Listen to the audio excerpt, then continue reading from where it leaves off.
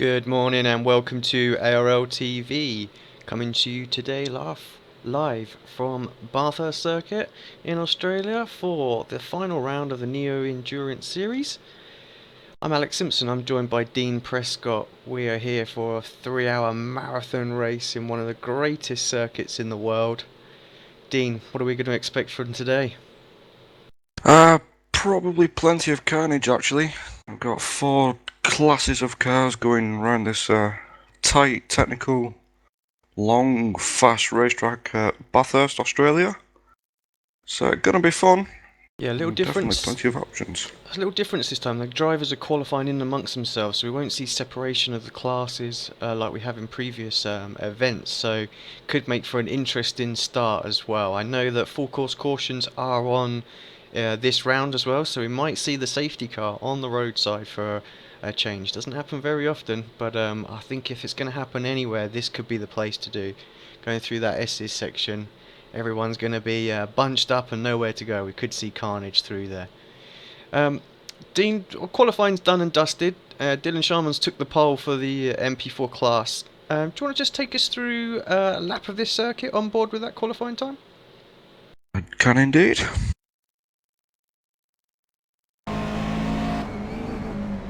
Over to you then, my friend. So just coming into the final corner. Just start his fast lap. Early start finish, so he's got a nice early run in. Just coming into the second corner, first corner, okay. So around the first corner, he's using the lamppost on the right to get his braking points. It's a long straight, be careful of this crest coming up.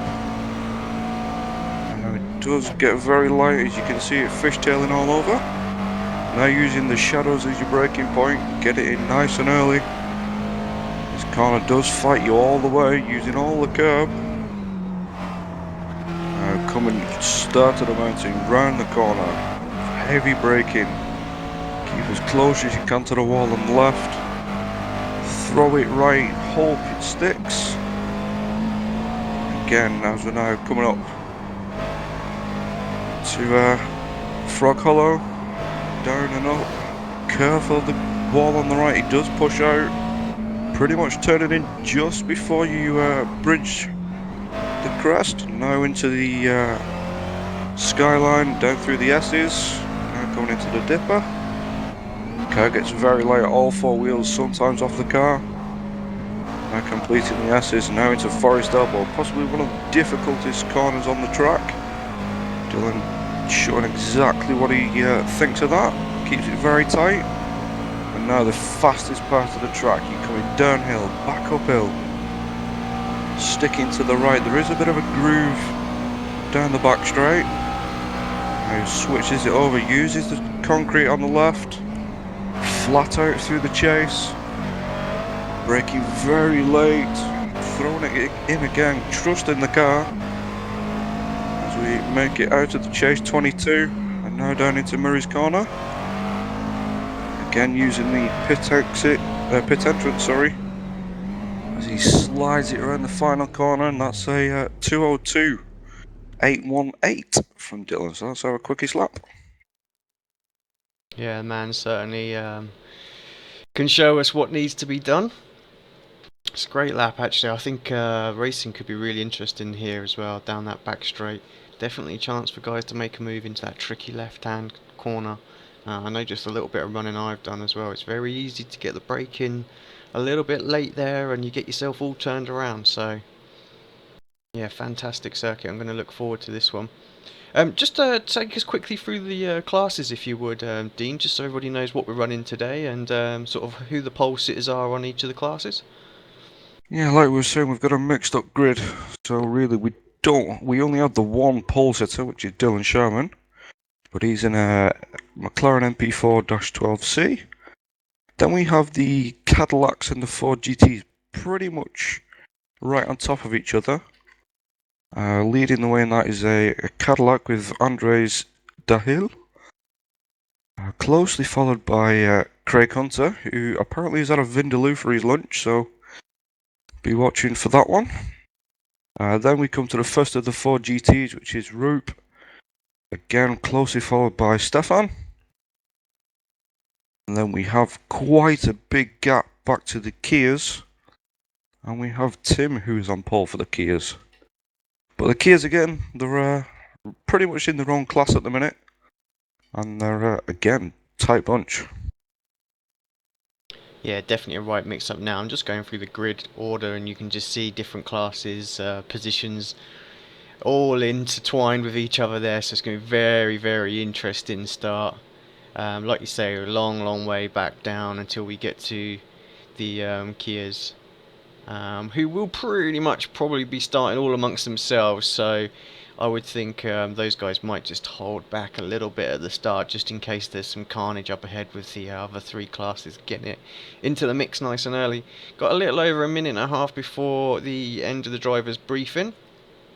And yeah, the guys should be making their way to the circuit for the parade lap. I'm not too sure here, Dean. I haven't seen the rolling start here yet. So do we know where we're going to be starting? Because I mean, I can think this lap will be quite a long time if they make us do the whole circuit. I think the rolling start starts just before or just after the chase. Yeah. So down Conrad Straight. Yeah, just looking at some of the scenes here now from this circuit. I don't know if anybody has catched the behind the scenes of Bathurst video that iRacing have put out. I'm sure the Neo guys won't mind me giving that a little bit of a plug, but yeah, it just goes to show the detail that they went into, you know, even as far as looking at the mailboxes and the little Ford badge that was in the tree. This level of detail that they've put into this circuit is amazing. It's not it's not the smallest of circuits as well, so but yeah, just as we see some of the leaves on the circuit here as well from one of the screenshots, so fantastic job they've done. I'm really glad that they've pulled out all the stops in this circuit, because it really did deserve that level of detail. Yeah, they've said it's one of their favourite tracks to build, and albeit there was so much detail, they've absolutely enjoyed doing it, so tip my hat to them. It's been a long waiting track. I think it's one of the most waited for tracks on iRacing. But now it's here, everyone's pretty much enjoying it. And just throwing different cars at it left, right and centre. Obviously it's the main track for the V8s, but I mean, the first night it came out, I just remember looking at the hosted sessions. Absolutely every single one of them was rammed. So it's yeah, I'm not surprised that we've seen such a great turnout for this event. Lots of people signing up for it. All the pre-qualifiers are particularly busy as well. So it's yeah, it's good to see. Yeah, so it looks like we've got. Oh, it does look like it has sorted the grids out. Just as I have a quick look through. It looks like we've got 53 cars about to start this race. As we just switch over now to the race part of this. So I expect people to start gridding. Indeed we've got a few Cadillacs sitting on the grid so far, and it does, like I just said, look like they've sorted into their own classes.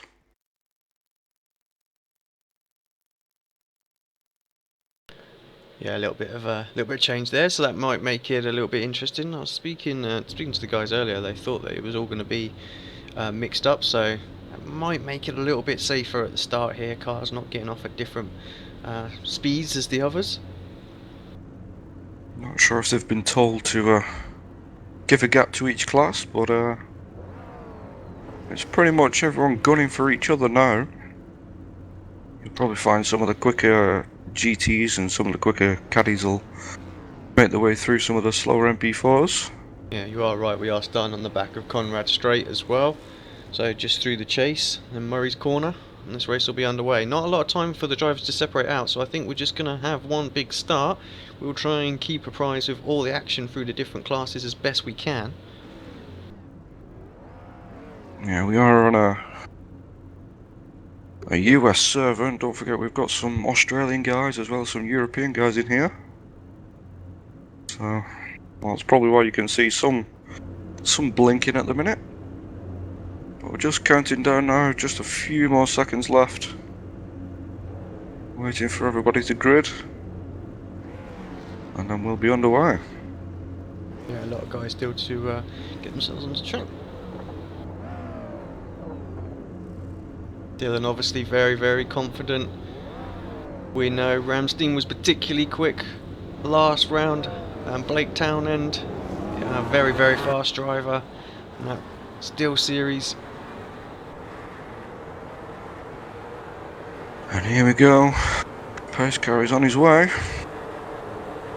So we've got Dylan Sherman taking pole position. A very quick lap as we saw. But now it all comes down to race pace. Show what you can do. As the pace car pulls in.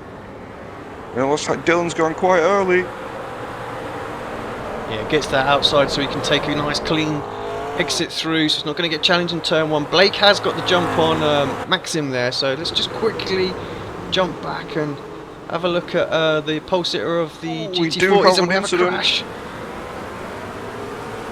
Yeah, Anthony Rosselli looks like we're still struggling to get some of the paints down, being that there's so many out there, but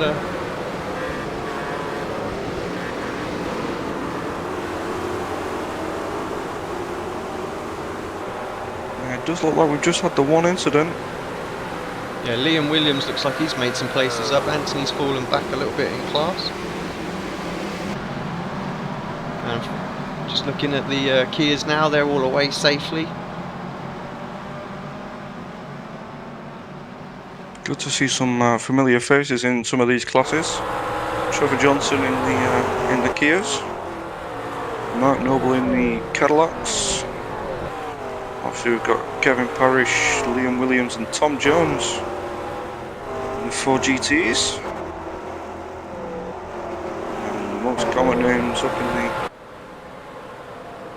in the MP4 is obviously Blake Townend, Andy Barker, Cedric Finsack, as well as Dylan Sherman. Yeah, just as we see some of the caddies making their way through the slower Ford GT40s there, it's going to be a very tricky afternoon for them. Class is actually fairly evenly matched. I've got a slow Ford GT up at the top of the mountain, not sure what's going on there. Not sure if it's damage from the first. Yeah, even the Kia is coming through. Very difficult. It's never the easiest place to pass. Too hard through the dipper. Yeah, pack spread out quite quickly, as we expected it probably would. There was some concerns about the full course caution at the start, but I think for the most part everybody got past that little bit of traffic, and we've got another spinner going into the chase corner. We was commented about how tricky it was going into there. That's Cedric Finsack. Just looking back up towards the front of the field. Looks like we've got Kevin Parrish in the lead. At least I'm sure I saw a light on him.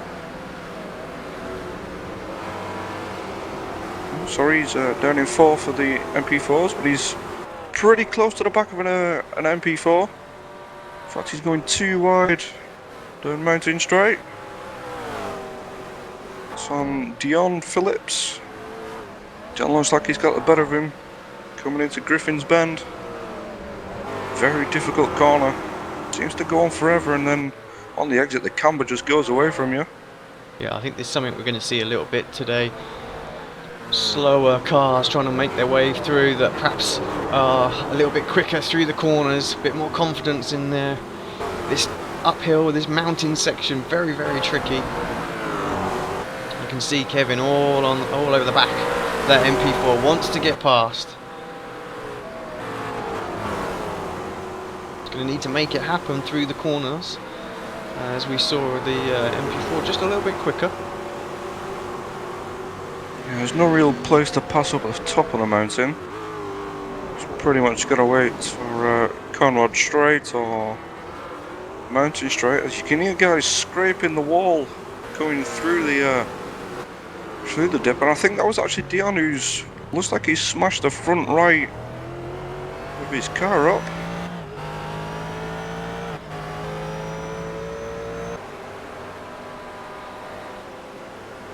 Kevin looks like he's just lost some time. He needs to sit in that toe.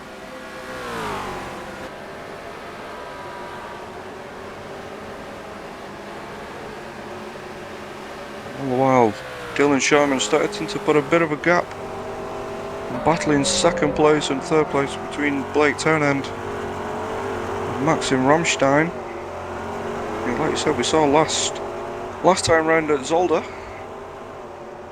Yeah, half a second faster Dylan was that time by than the battle behind him, so he's got a little bit of clean air now. So much so that he won't really be worried too much behind. Won't be looking in his mirrors, he can just focus on what he's doing ahead now. He's got a long race ahead of him, so it's just all about settling into a rhythm as quickly as possible. Start to build that gap up. I don't know what you've spoken with the guys about. What are we thinking for the number of pit stops for each car and things like that this week? I think that could play quite a decisive factor. Fuel saving might play a big role in this race, so we'll watch out. I think it's the MP4 are the only ones with a fuel limit. I think it's set to 77% full tank. So I would expect a few of them to be making a few extra stops. Let's just check in with Rube. Looks like he's starting to build up a little bit of a gap as well. Obviously he's only got an MP4 behind him. And Andy Baker. But yeah, if I remember rightly, wasn't it Rube who won the Radicals at the Zolder last time out? So indeed it was. Shown what he's made of. So let's. Oh, got a spin up just coming out of that. Was that the dipper? It was indeed. Yeah, looks like it's Dion. Just looking back at some of the Kias. Got a great battle for first in the Kias. Mike right on the back of Wayne as they're coming up towards Brock's Skyline, sorry. Just entering the S's and then down through the dipper. You can see pretty much 4 or 5 Kias nose to tail. Wayne driving for Lazy Man Racing. Green Kia this afternoon. Yeah, I think it's going to be a very interesting race actually with the Kias, because just the performance of the car, the track is very sort of open for them. I mean, it's going to be quite difficult to pull away. They're going to get a little bit of draft effect down this back straight, not a huge amount, I have to say, but it should be enough just to keep this battle nice and tight throughout this race.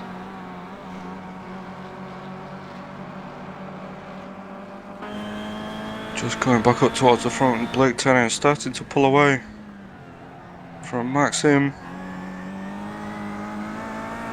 Dylan, I'm pretty sure I'll be seeing that in his mirrors. Thinking I've now got to put the hammer down again.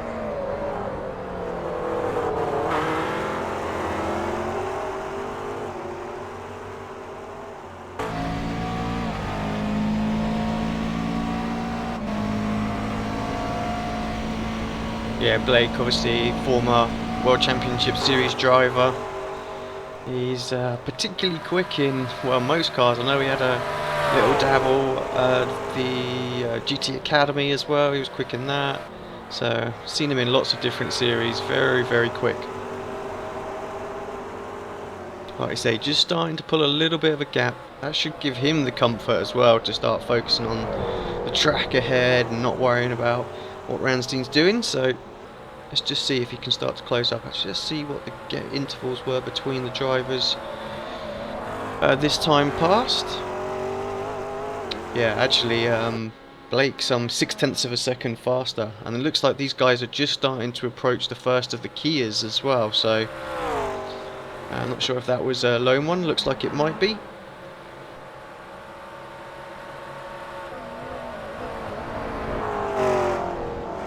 Having a flick back through, and it seems like everyone's starting to spread out a little bit now. I start to see more multi-class racing, as we actually have here. got Dion recovering from his spin at the top of the mountain. With Dave in a GT, closely followed by 4 Cadillacs as they come round the final corner.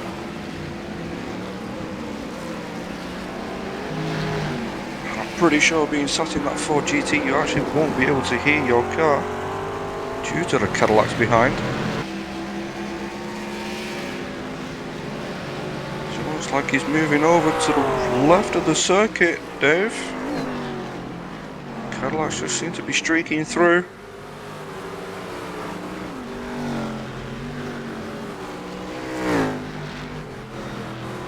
So here they go again. On the way up to the top of the mountain and back down. As I was saying, it's pretty much single line through here. There is the odd chance we might be able to get a nose up the inside. Give yourself a bit of room to put a pass on.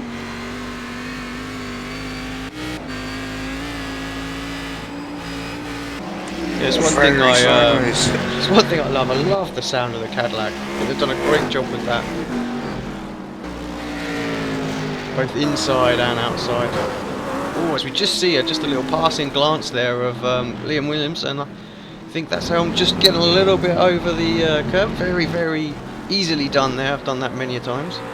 But yeah, I think we saw Liam Williams just kissing the wall in his GT40.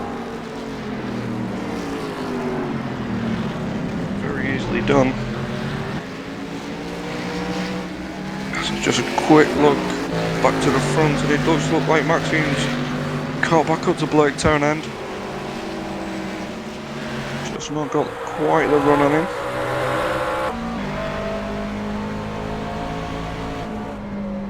Yeah, I do apologise for what's going on with some of the skins today. Very, very strange. I think the system's struggling a little bit with all 50 odd cars out there at the moment.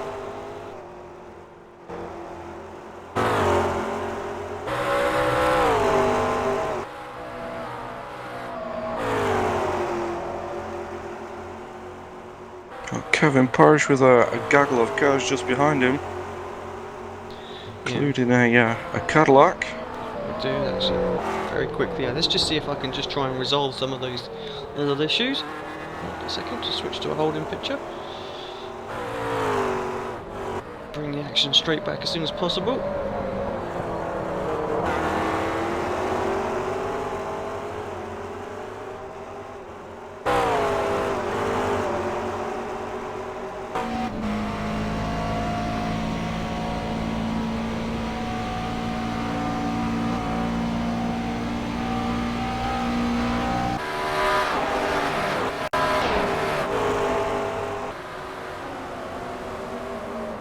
Very strange. Not sure what's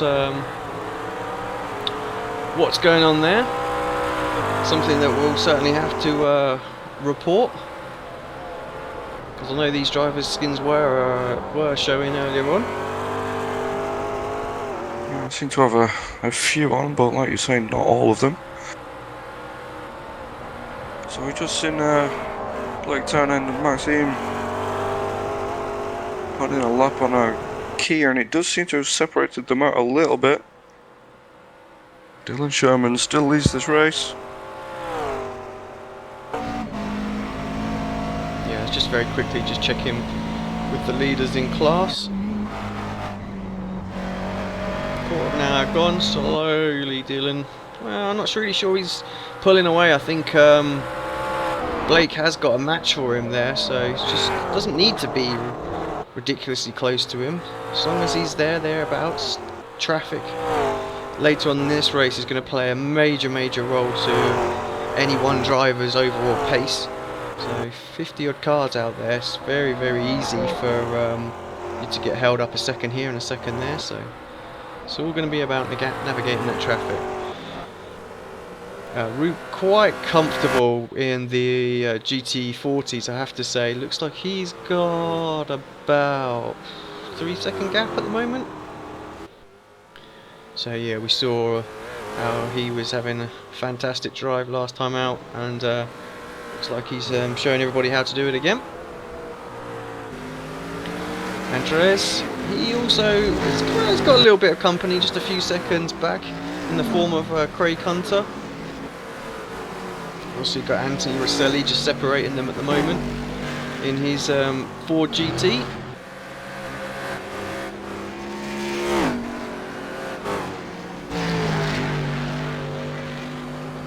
And then if we check in, I believe it's Andy Dalton in the Kia at the moment, leading the way, is indeed. Closely followed though by Tim still. And Mark Noble in amongst that mix as well. Mark obviously in a Cadillac, but still a position is worth fighting for. I've just been watching this little battle between Kevin Parrish and Stefan. It's been going on for quite a few laps now. We've just got Paul just behind, but they're starting to put a little bit of a gap on him. Yeah, you can see Kevin definitely under a little bit of pressure here. Last time by, just a little bit slower. 1/10 of a second, not much in it. Stay round Murray's corner into the start-finish straight, coming into Hell corner. Let's not forget that is a public road, that section as well. Oh, Caddy just getting particularly sideways going through there, saves it nicely. Yeah, it seems to be the way of driving the Caddy actually. Not so much using the back end more than you should, but obviously getting the back end round to help it rotate more. Ooh, Stefan goes a little bit wide. Yeah, looks like he's going to lose the place. No, he just holds on to it, covers the inside. Just gives Kevin a bit of breathing space. And the pressure's now on Stefan. Still with the caddies lurking in the background.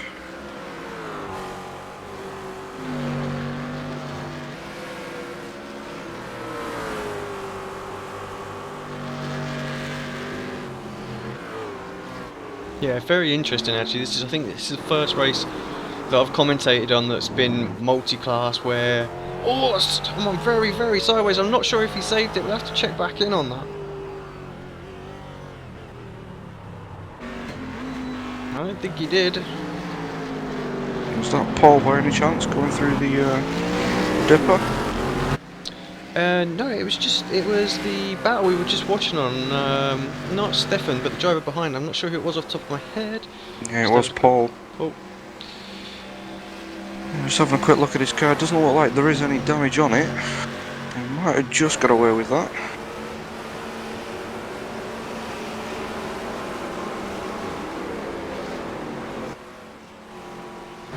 Let's just see if we can just jump back and just take a quick look at what happened there.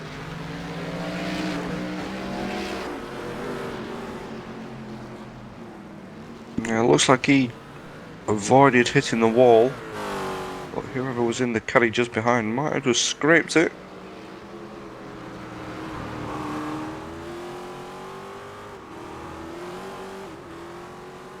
So let's now put Paul way back in the field. He'll be kicking himself for that. Still plenty of time to go. We're in about 20 minutes or so into this race.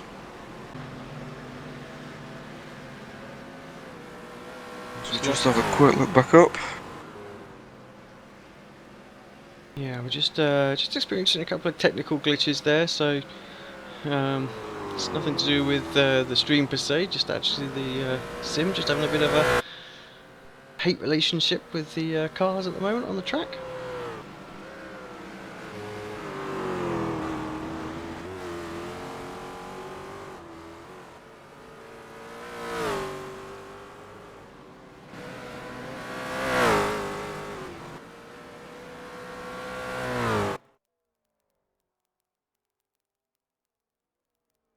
Yeah, stream just lagging behind a little bit there, Alex.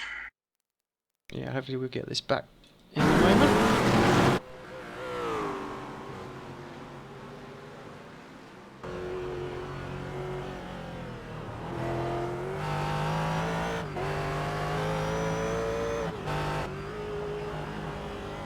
Be interesting to see what the front runners are doing, because they're coming up on a huge amount of traffic.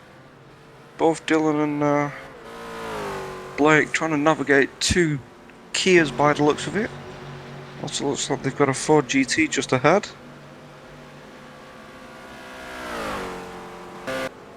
As the Ford GT gets a mirror full of MP4, bravely jumps out of the way, going into the cutting.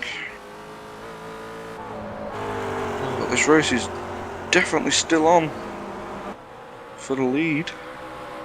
We're back.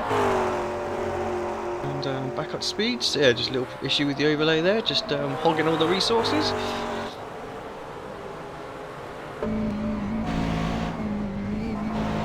But yeah, on board with Dylan here, going through the S's.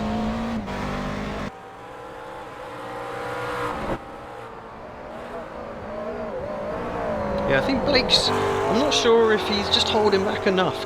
He's there, he's got enough pressure on Dylan that if Dylan does make a mistake, he will take the position.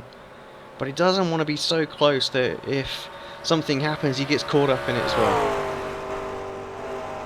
As we now see third and fourth making their way through this same group of cars. We get a message that the track is blocked.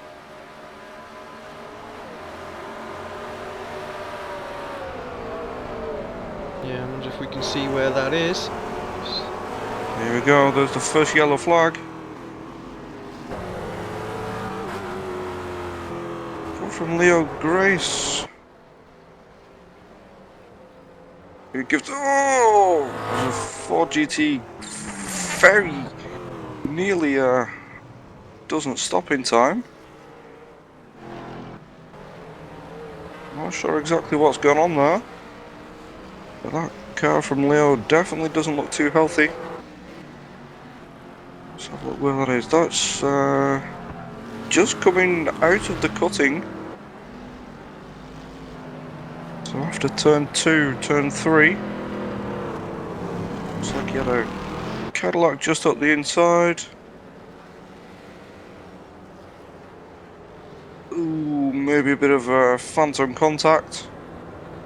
Another GT. Is that Tom Jones? Indeed, it looks like Tom Jones's car. So we're still under yellow flag at the minute. Let's see if we can jump back and catch this then, see what happened there. So look at Tom.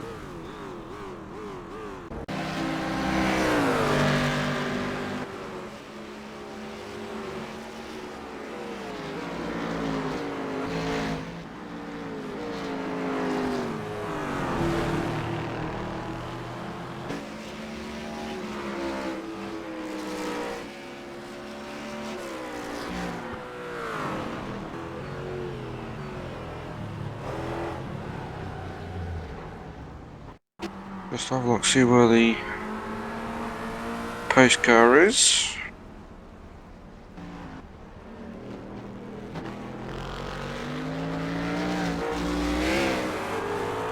Yeah, well, just, I mean, obviously the guys just sat there now, and this is kind of what we expected. Sorry, just watching the replay. This is what we expected would happen. Through that S's section, it's very easy for the track to get blocked. The guys obviously not wanting to escape back, as we see like a sort of 5-point turn going on here, and I think he's going to do it in 3. He does indeed. Uses the wall, but it's all good. But yeah, this is what's caused that pace car to come out.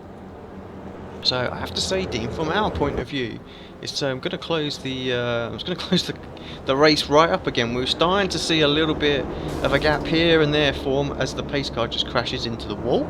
So that's definitely something different. Struggles a little bit there, but yeah, that's interesting.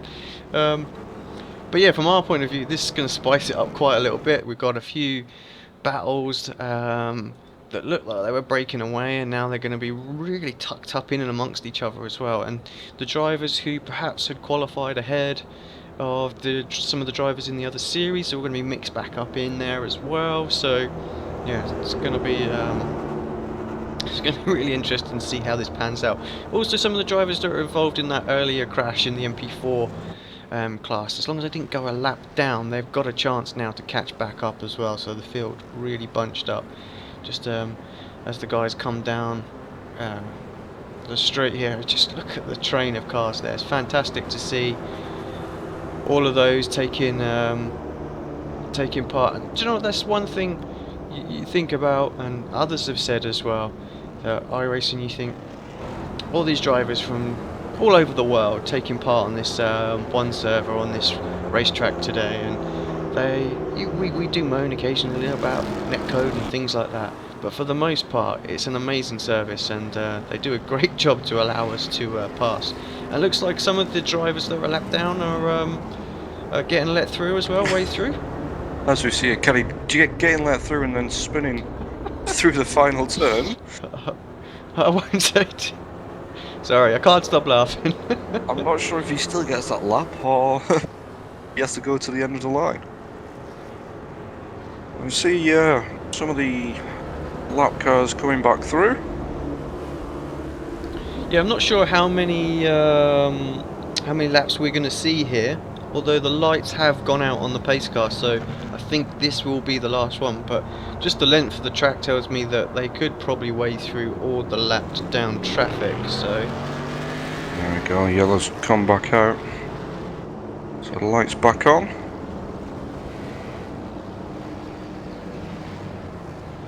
But yeah, it's at the best of time it's a 2-minute lap, and now it's turned into a 4-minute lap. yeah, it's definitely gonna. Some of the road racers, obviously not. You won't be used to this too much, especially keeping an eye out for those guys that are wanting to come through as well. Those lap traffic. So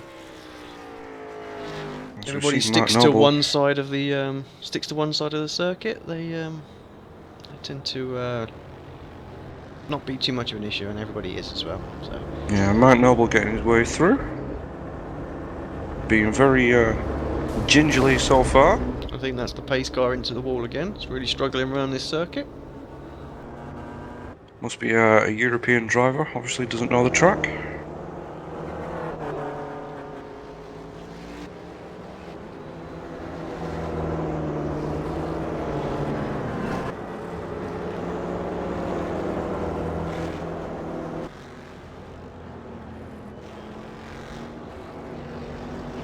Right, now finally past Dylan. We're going up to the pace car of the Mustang. Yeah, I mean, we're easily halfway through this lap, if not a bit more now, so he's definitely going to have to get a wriggle on if he wants to try and get to the back of this pack for the restart. I'm not sure it's even going to be possible, although they are, like you say, the yellow lights are still on, so we're going to have one more at least.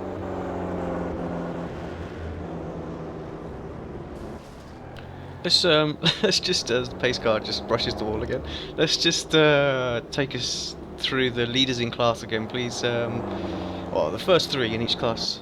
First three. Well, pretty much from the get-go in the MP4s, it's always been Dylan. Again, as the pace car crashes into the wall, it really doesn't like Forest Elbow. Dylan Sherman, Blake Tannen, and Maxim, pretty much like I said from the get-go, have been 1, 2, 3. Roop in the GT40s. He has Ahmed and Kevin Parrish, who qualified quite low actually, so he's done well to get up to third.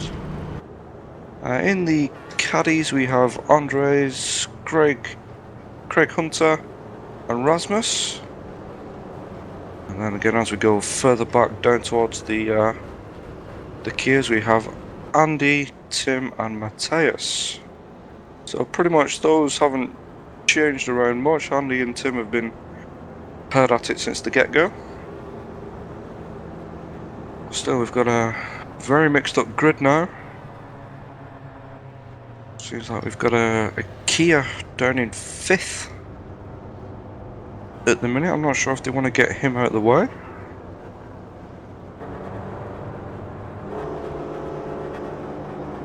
Just seeing Tom Jones has been given a warning for unjustified risk.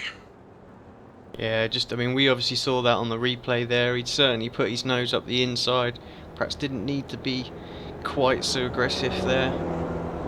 Has pulled the first of the full course cautions out, so the guys in the stewards panel do a great job in controlling this race particularly well. I have to say, in the last round as well, and everything was justified that they put out there. So yeah, I think a warning, good call there. I think while we're still under this caution, let's see if we can pull Liam Williams up, see how his race is going on. Let's just see if we can grab him.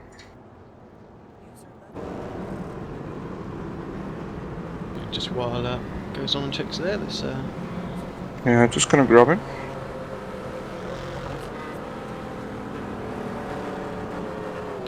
Mr. Williams. Mr. Williams. Hello. Hello, my friend. How are you doing out there? First full course caution. How's the start of the race gone so far? I've had a couple of little mistakes and managed to not pick up any damage, which I'm quite happy about. But yeah, it's just taking it very, very easy at this early stage, because it's just so easy to make a mistake, and 3 hours just keeping it on track's probably going to gain me more positions than gunning it at first. Yeah, well, it took half an hour for the first full course caution to come out, which I have to say is pretty decent considering the track layout. I mean, how busy is the track out there? So obviously we got quite a lot of cars out there today. Big for me, it's not been too bad. I mean, I was towards the back of the FGT grid, so I had a few of the quicker Cadillacs coming past, and I just let them go pretty easily. I had a spin at the dipper, which somehow managed to keep it out the wall, which kind of then put me in a little bit of space. So I haven't seen too much traffic really, and the full course caution kind of going to help with putting the Kias to the back again, so I haven't reached them yet. Okay, and can you just sort of tell us, I can't see at the moment, how many are we until green? This time by, or? Yeah, the end of this lap will be green. Alright mate, well thanks very much for popping in. I'm sure we'll check in with you later. Good luck for the rest of your race. Thank you.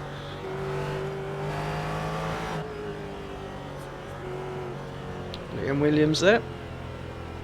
Ford GT, one of the drivers that's offered to do in-race interviews.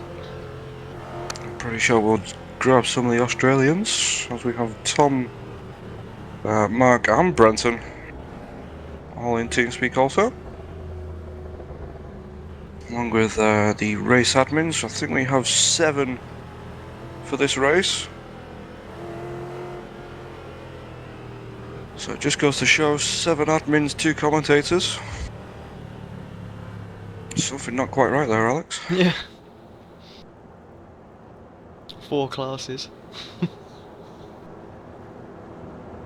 Yeah, but I know that there was a bit of a call out, wasn't there, to get some additional admins and people to help with the championship next year. So if you're a fan of the Neo Endurance races, do get in contact with the guys down there, because yeah, like I say, they're trying to recruit for a little bit of help just to make their job a little bit easier. I know they want to take part in some of the races next year as well, so it's going to be a bit like a round robin style admin team, so all taking it in turns to play their part up in that box. Right, as Dylan starts to back the pack up now, the pace car pulling away. If it's going to be anything like the start he did there, he's going to go pretty early. I think Blake will be aware of that. He's right on his tail this time. Maybe this could be his opportunity to get a little jump. I think it's going to be difficult. Pace car comes in, and there goes Dylan. Yeah, we've got those couple of Kias back in there. It's going to be interesting to watch actually, see how that plays out. A lot of guys going to have to get around them, but indeed the top 4 MP4s just line of file at the start here. Already we have an MP4 going to pass some of these Kias. Yeah, that's Costa there, just getting his way through. Everybody else is going to have to do. Kia's not sure in the background there, one of the blue ones just not sure which way to go. He's going left, going right. He's held right, and it just seems like everybody's just streaming past. Everyone's going to be gunning for this corner. Got two wide, MP4 and GT. Key does very well holding his line on the inside. He's going to have to slot in somewhere. So that's OCU. Just see how this. OCAU. So let's see how this plays out, because we've seen so many times with oval racing that cautions can breed cautions. The cars are packed very, very closely together now. Might be a little bit of impatience. Some of the drivers want to get going and just try and take advantage of this yellow flag. Very patient actually behind this Kia here, this pack of cars. You've got Liam in his GT40 and MP4 just in front of them, all having to stack up and wait through the assesses section. There's no way past through here. Just look at that line of traffic just coming through. Oh, camera angle for the dipper is absolutely crazy. Just line after line of cars coming through. Liam's coming under some pressure as we've got a spinner. A spinner on Forest Elbow. So we now go back down Conrad Straight. Yeah, I missed the spinner unfortunately. Just keep an eye on all this gaggle of cars just streaming past. There's so many cars down the straight at the moment. And looks like Liam's just lost the place. Just about gets it stopped in time. Yeah, Kevin Parrish obviously Oh, still got second. contact again. That's Fabio pretty much just rear-ended one of the MP4s. Let's have a quick look back at that. There's Fabio on Dion again. Just looks like he rear-ended him as you see another Ford GT trying to get into the pits. Let's just have a Taking little avoiding look, action. see if we can see that.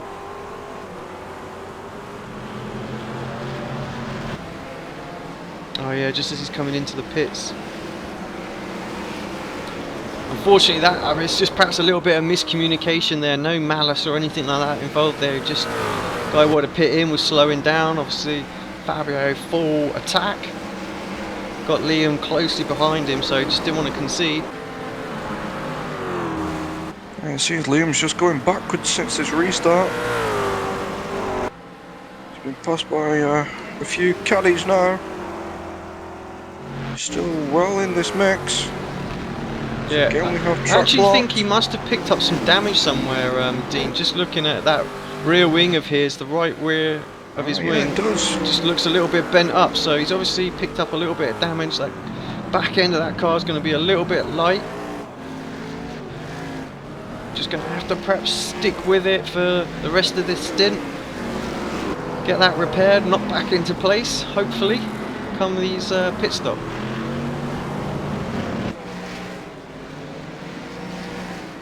As you see this train of Cadillacs just behind.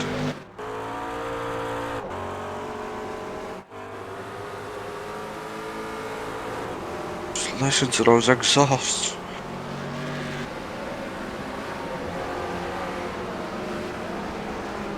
A great battle here as well. Lots of cars involved, whether it be MP4. There's a Kia just at the front of it as well, just keeping them all bunched together. Some GT40s in there. Yeah, it takes a nice wide line. Let's the top three in class just get through. Just seeing we've got a few disconnects. Leo, who was involved with Tom Jones, bringing out the full caution, was disconnected. Also Trevor Johnson, not sure what's happened to him. Yeah, Trevor was obviously running was in the running the Kias. Kia. Obviously normally a Ford V8 supercar driver, so going down a little bit of horsepower for the for this event.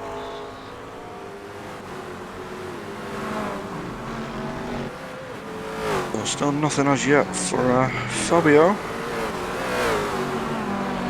penalty-wise, that is. So Liam Williams making his way back through. Just past the Kia.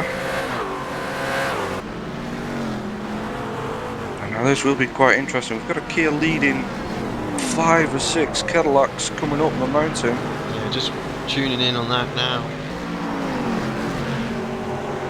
Just shows you Liam passed him just before the start of the mountain, and these guys, well, I'm pretty sure they want to get past, but it's unsafe to do it up here. Fabio, black flag. 15 seconds, I think that is, for avoidable contact. Yeah, we pretty much thought that. It's just, like I say, it was a shame. There was no malice in there or whatnot, but yeah, it could have been avoided. Oh, as the Kia's gone. Kia was just following at the top of the mountain.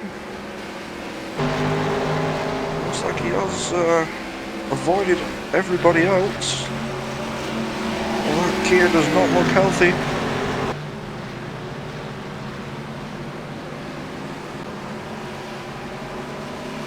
It's a shame. I seem to be missing all the crashes this afternoon. So much going on the track.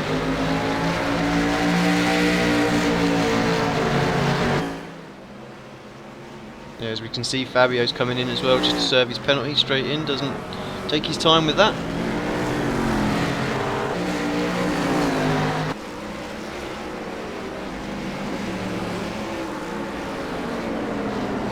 Is that Kevin Parrish just coming out of the pits as well? I just did see pitting out. I'm not sure if that's a scheduled pit stop. Oh, he's been tagged. I think that was a bit of a netcode contact there, but I'm not sure if he's managed to survive it. I think he has. Does look like he has. Might have picked up some damage. That's King though, but King is definitely in all kinds of trouble there. He has indeed had to escape back.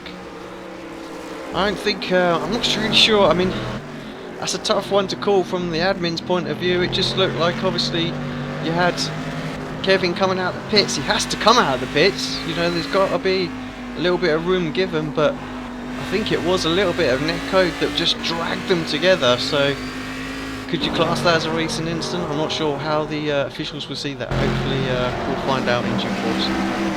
Yeah, just having a quick look at Kevin's car. The front right is completely mangled. So starting to see retirees left, right and centre now. What was the situation on the repairs for this race as well? I think it was just one fast tow. Yeah, this starting to make a little bit of sense as to why we're starting to see those repairs. Guys have been able to survive at least a little bit of rubbing here and there, but now, just as we're on board with Langer starting to put the pressure, wants to find a way past down this straight, coming up to this mark here. He's going to get the slipstream, might have the opportunity to get a move done into the chase. I think he backs out of, no, he still has a little look, but nothing coming there. Oh, and we got Fabio's just gone off. I think that's just coming onto the back straight. I'm not sure what happened there. It looked like there was a couple of cars involved.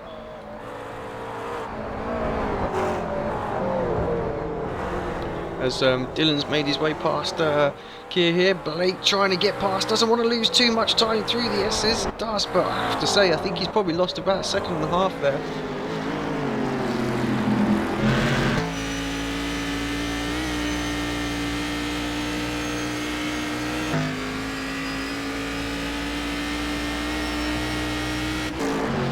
Yeah, a lot of action going on here. Still, obviously, everybody mixed up following that caution we had just 15 minutes ago.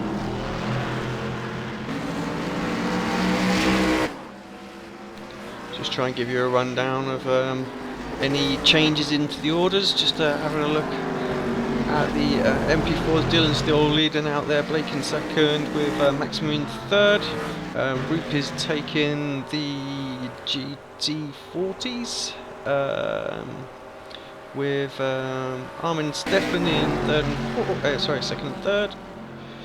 Andreas, Craig and Rasmus still with the caddies, so pretty much as they were, Andy, Tim and Matthias in the Kias.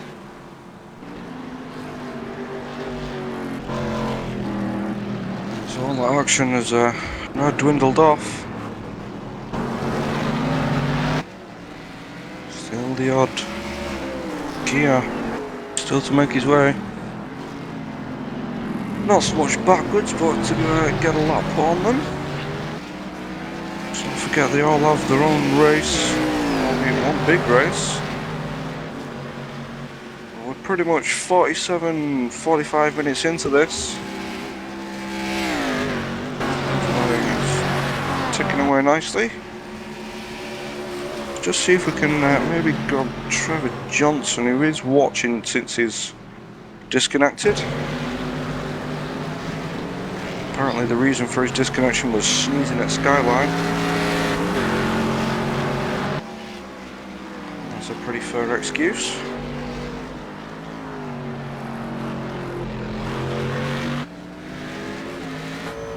I'm just seeing Philippe coming around on Gabriel, who's also coming up onto a caddy, a Kia, sorry.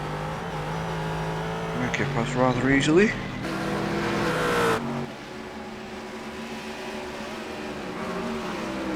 Just up ahead we've got Liam Williams also putting a lap on one of the Kias, with Dave just behind on a caddy.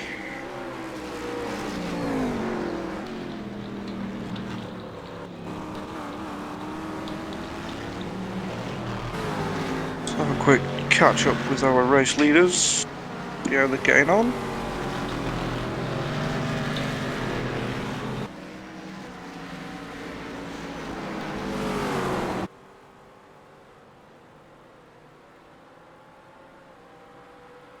It does look like Dylan's still leading the way.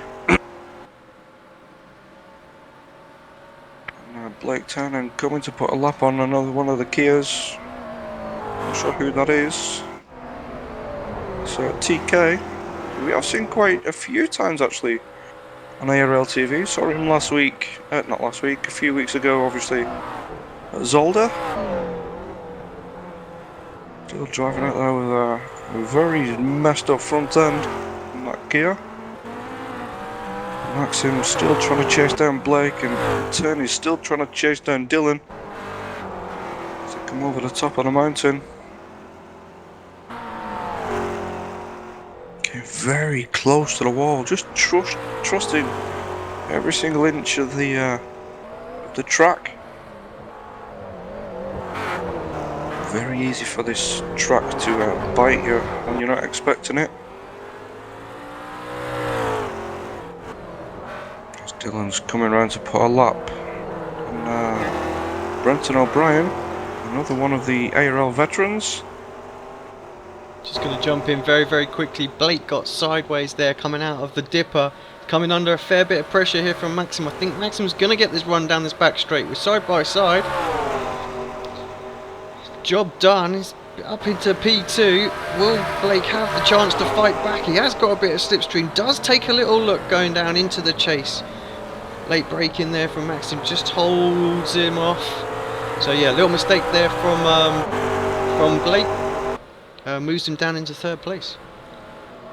I do know that Blake will not settle for that, and he'll come back just as... Oh, as I say that, he's lost it through Murray's corner. Just a little lapse of concentration, maybe a bit of frustration. Well, that's given Maxim plenty of breathing space. As it goes to put a lap on Brenton O'Brien. Yeah, it's also moved JB up into third place as well. Oh, it's Blake again! He's just gone straight on at Hell's corner, thrown it into the wall. I'm not quite sure what's going on there. Maybe some sort of tyre issue, overheating, or it's costing him big time. He completely went in too quick. Did everything he could to try and keep it out of the wall, but there's a reason why it's called Hell Corner. Doesn't look like he's got too much damage. Might have got away with some of... No, he's Oh, gone no, again. he's just gone again. Something's going on there. He must have picked up some sort of damage. Maybe we just missed some contact on the rear end of that car, say through the mountain or something like that. Very easy to do, and it's just yeah, it's just made it very, very unstable. So Blake Townsend retiring. Although he might get a fast tow, so he's going to have to tow back. So he's perhaps not out of the race completely. Yes, we'll have to keep an eye on him, perhaps coming through later on. Just having a look back through the order again. We've got Andres in the Cadillacs. Yeah, Blake Townsend not disconnected. Andres coming under a bit of pressure, not as much as the past few laps. But you can see this Cadillac starting to squirm, slide the back end out more and more. He's driving it as if he's on rails at the minute. Using the curb through the S's into the dipper. Sliding through there very nicely. Oh, he comes round into Forest Elbow, sliding it all the way. Gets the power down nice and early. This long run down Conrad Straight. Craig Hunter's still behind. Obviously the Vindaloo hasn't kicked in just yet. Driving for OCAU. Overclockers Australia. Who we have seen a few times in the V8 supercar.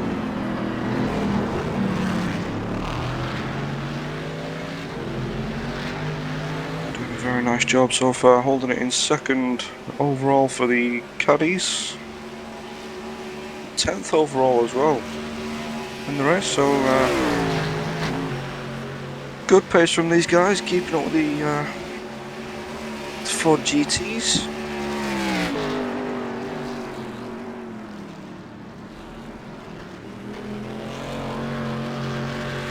Just have a quick look. Further up the order, Dylan Sherman coming to put a lap on some of the Cadillacs.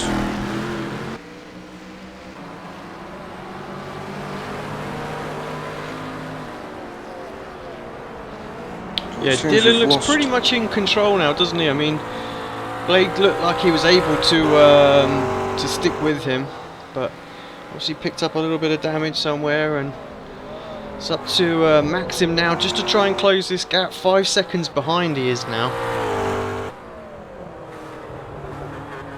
As we just have Kevin Parrish re-entering the race. Damage on the front right and rear right. Tom Jones just come past. Also has damage on the right rear. And these guys now just lapping for the sake of lapping. Pick up as many places as they can. There's a lot of cars out there with damage. I mean, we haven't even approached the hour mark yet, so I think we're going to see the track empty out pretty quickly. I think by the time we reach the 3 hour mark, it will be about the survival of the fittest, and if you can finish the race intact, you've got a good chance of winning it. In fact, Tom has just joined onto the back of this group of cars which he is battling with. A purple Fanatec car of Nicholas. You can see Tom struggling there, that back end very, very twitchy. I would expect him to be used to that, being a V8 supercar driver though. I mean, do you know what? I was just watching these cars go down this back straight, and I was wondering which one was going to have the edge, and the fact that all 4 of them pretty much line astern, no real change, just says what a great mix the Cadillac and GT40 has been. So the cars are really mixed in and amongst each other. Philippe's very close. As he looks on the inside into the final corner, looks like Philippe's got it done. Also, it looks like Nicholas and Tom wants to come through. Because unfortunately, we've lost Kevin Parrish. Oh, that's not a repeat of his blue screen of death. Yeah, it was unfortunate last race out. He was saying to us he doesn't have the best of luck in these endurance series. Little accident here or there, and we saw that he's pretty much intact coming out of the pits. And yeah, bit of net code causing him to end his race early. So I'm just falling off the back of this little pack for a minute. I'm sure we'll pick that back up. I think he was anticipating something that obviously didn't come. I had to pull up quite a lot through Hell's Corner. As my voice starts to go.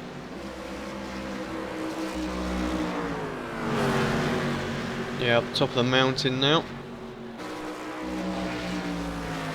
Does look like the Fords just have the edge, but as I was saying earlier, these cars do look like a pretty decent match for each other.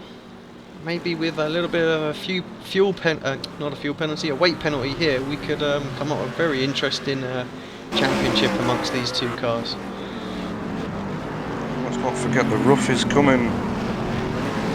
Hope season 1, so that'll throw into the mix as well. See Dave going a little bit wide through Forest Elbow. Although I think I did see on the news post that iRacing do at the moment on the forum that there's still a chance that we will get one version of the rough before Christmas. I won't get them all. Very interesting. Oh, we've got contact up ahead, side by side. It's going to be a result in a spin. It does indeed. Two caddies there. I'm not sure who that was. It's Dave in the grey and red. I'm not sure if it was Nicholas in the purple. Let's just quickly jump back and have a look at that back, see what went on there. Yeah, it was Nicholas. Look, just got sort of the inside. I think because Dave was trying to defend. Yeah, it's just all too late to be defending there. Looking at that, he'd got up the inside. I mean, I have to say he was very late on the brakes and did come from a little way back, but it was done then. It was. I think perhaps the best course would have been just to let him have it and fight back. He was obviously going in a bit hot, so could have easily got a run back on him. I think we might be starting to see our scheduled pit stops. So you have Tiago just coming out of the pits now, trying to beat out a Kia. Does indeed. Comes out side by side. That's Maxim. So Maxim has pitted. And that's Tiago who was fourth. Unless we've missed something with Maxim or he's just had a slow pit stop. It looks like he's at least lost one position. Yeah, just waiting for the overlay to update. Right now, it's still showing Maxim as second place here, so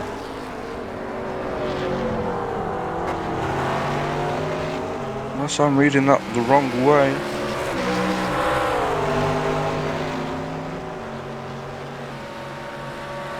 Start to see a stutter again on the overlay of it. yeah, just had to reset that again, so it's a bit unfortunate.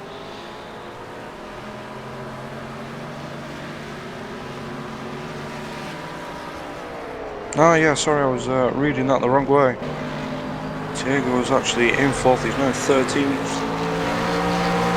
Yeah, interesting driver who is up into fourth, so dominant last time out is Roop up there in the what is effectively the slower class in the Ford GT40.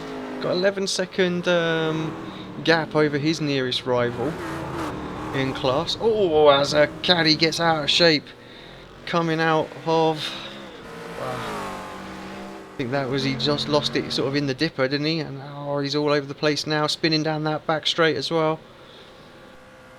I think that looks like race done for that driver. But yeah, Roop up to 4th overall in the standings.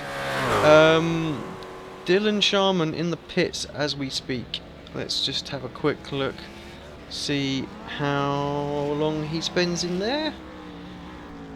Our race leader. Maxim does indeed move up.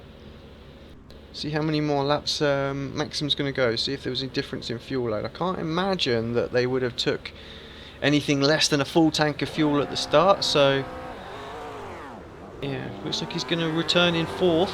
Roop just goes through. 37, yeah, only 38 seconds there.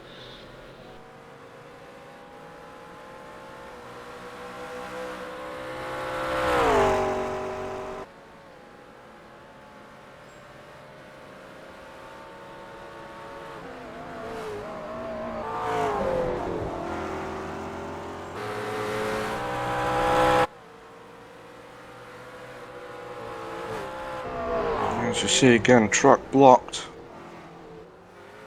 Not sure if there's enough cars on track actually to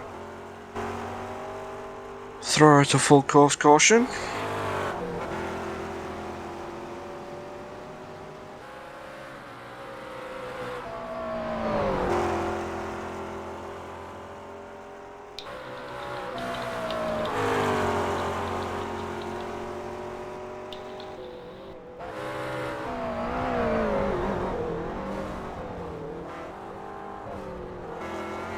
So we have a potential battle between 2 or 3 different classes here.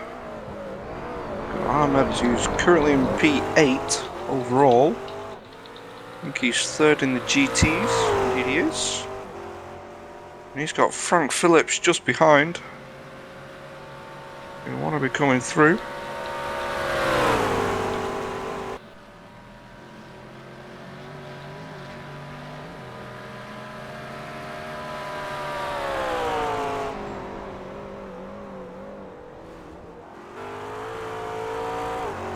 Got Rasmus Larsson also coming under some pressure, who's in 10th.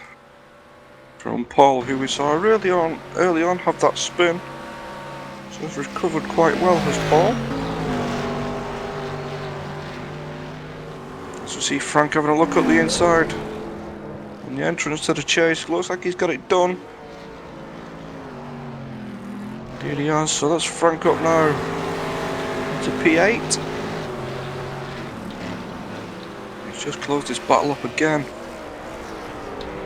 Rasmus now having a look on the Ford GT.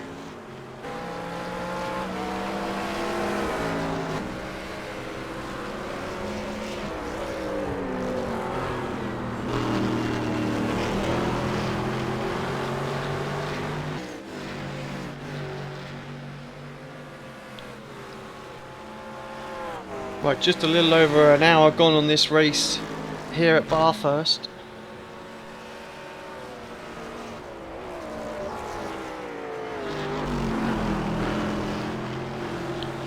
And a few cars, Maxim's in the pits, Dylan's retook the lead. Actually, Dylan's was the slowest of the stops from the top 3. Roop's still out there up in 2nd place at the moment, so just going to show that the fuel restriction with the MP4 is going to be a little bit of a leveler, so it's a long way to go in this race. And yeah, Roop right in the mix now. Interesting to see what the Caddy tyres are like. You can see, I'm just watching Rasmus still. Seems every other corner he's sliding that back end round as they come up on some traffic. Ford GT, I think that's Brenton O'Brien. Just coming through the dipper. Coming into Forest Elbow. As I said earlier on when we did the onboard, probably one of the most difficult corners on this track. Downhill brake into a blind, tight left-hander. Car just wants to step away from you all the time. Yeah, it seems to narrow as well as you come out of there. You think actually there's a fair bit of camber that would help pull you around, but it doesn't happen, and there's a tendency just to sort of push you out We've wide. got a Ford GT going straight on. Oh, Venter's just about got it stopped. Looks like he got pushed out on the entrance to the chase. Looks like he just completely missed the turning, went straight over the gravel. Got it stopped in time. Yeah, Rasmus is into the pits, so obviously those tyres have just screamed enough. Some of Liam Williams entering the pits.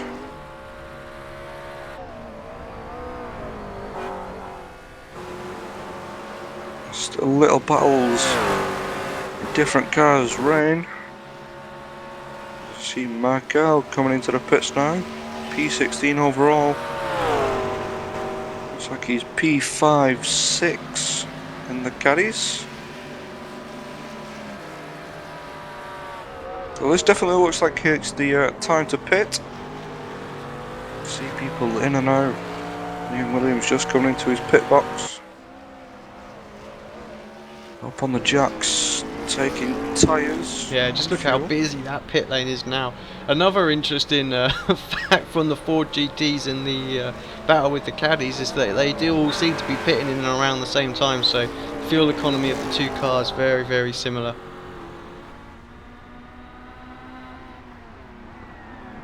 Again, quite a long time in the pits.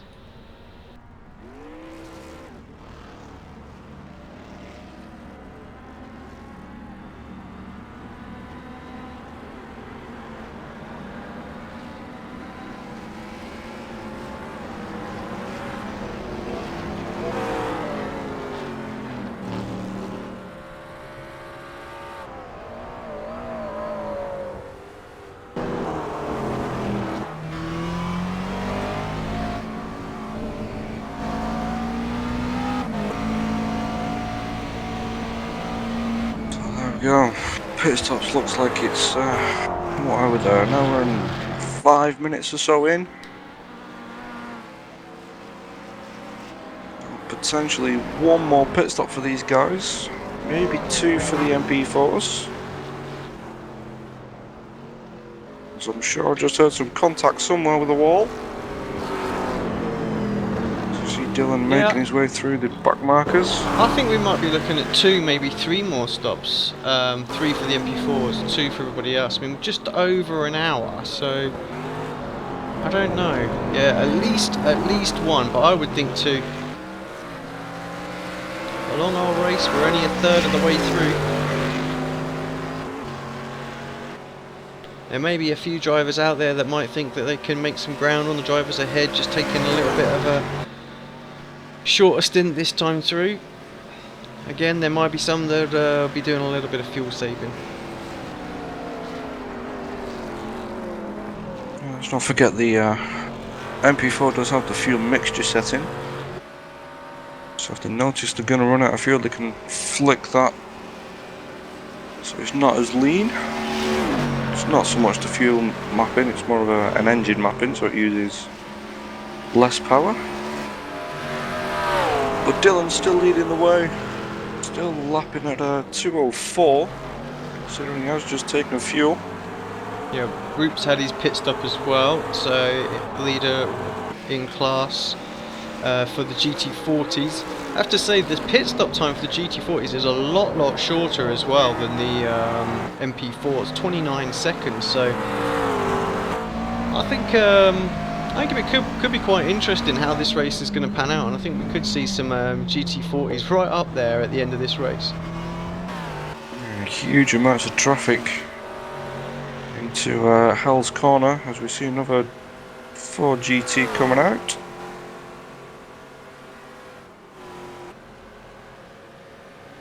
Sandy Barker in the red-blue, the Union Jack on the roof of the Kia. Does a lot for the community for the Kia actually, does Andy Barker. Runs a Kia Series for UK and I. I think he's religiously set to that car as well. David Grinnell in the Cadillac making his way through. I'm pretty sure I heard some contact somewhere with the wall, not sure who that was. Just while we were watching Andy. We've got a very quick... Oh, we've got a spinner! Top of the mountain, that's third place, that's JB!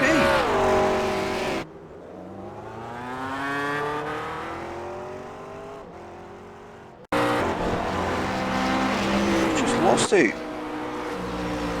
Take a quick look at that back, see what happened. Oh, I just got a couple of wheels up on the curb. Big crash there, heavy contact. That's going to be some pretty huge damage, I would think, on that. Although he seems to be driving away unscathed, so let's keep an eye. We saw what happened with Blake though, so just a little bit of wheel damage can have you spinning out all over the place. So the cars around him were lucky to avoid him. I think for the most part, it was pretty. One of the GT40s just got through, maybe a little contact with the wall. Yeah, it looks like he might have got away with it though. I'm not seeing a huge amount of damage. And indeed he isn't pitting.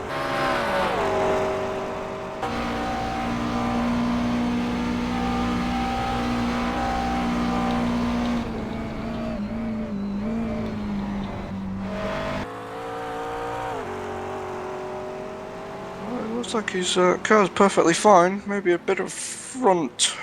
just behind the front wheel damage. That's about it. Yeah, carries on by, doesn't need to pit, so yeah, surprised. I mean, it looked like he spanked that wall so hard up there. Must have done 2 or 3 spins.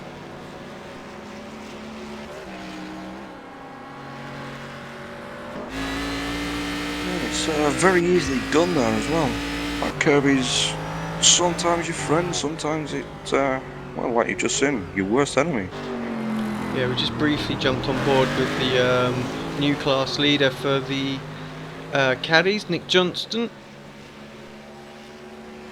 Up in 5th, obviously still out there as well. We've got, obviously, Andreas has pitted now as well, so a few other drivers are pitting in as well. Frank Phillips is in the pits at the moment as well.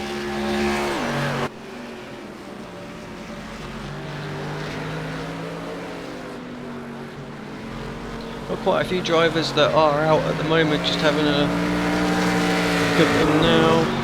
I think we've got probably about 38 active guys out on the track now, so as we said, it was going to be a very tricky track, and we would see a lot of people retire from this one. Still got an hour and 50 minutes to go.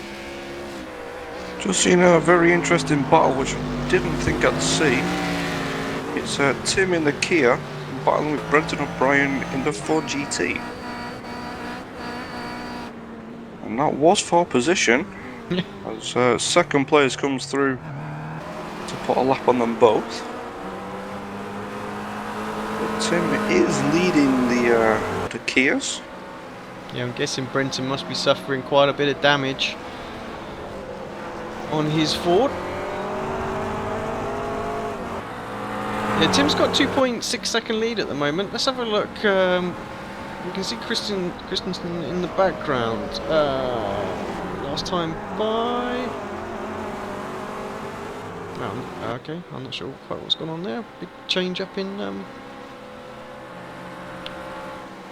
Yeah, it's about 2 or 3 corners between them both.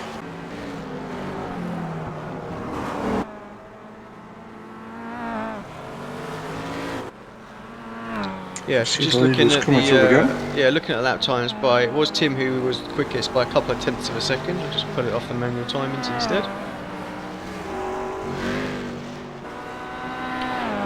But yeah, we haven't seen too much of the Kias today, although they've been pretty close.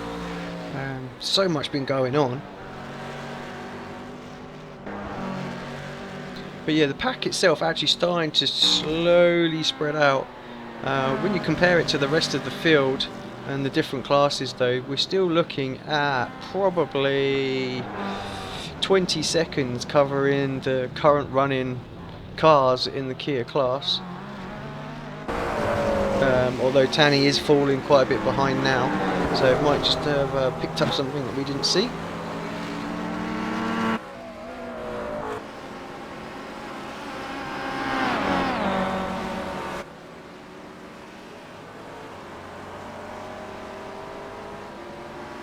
But yeah, everybody out there doing a really good job actually. For the most part, we haven't seen much car contact. The admins haven't had to do too much work out there today. We've had obviously driver errors and stuff like that, but yeah, everybody knows what they're doing with the multi-class, and it's great to see some of this in-car battling that's been going on. Let's just check back in with Dylan, who's now got a 12-second lead from Maxim, so slowly pulling away. Similar kind of gap Maxim has to JB as well. Then there's 30 seconds back to Paolo. Oh, sorry, Martins. Nick Johnson's still out there in his caddy.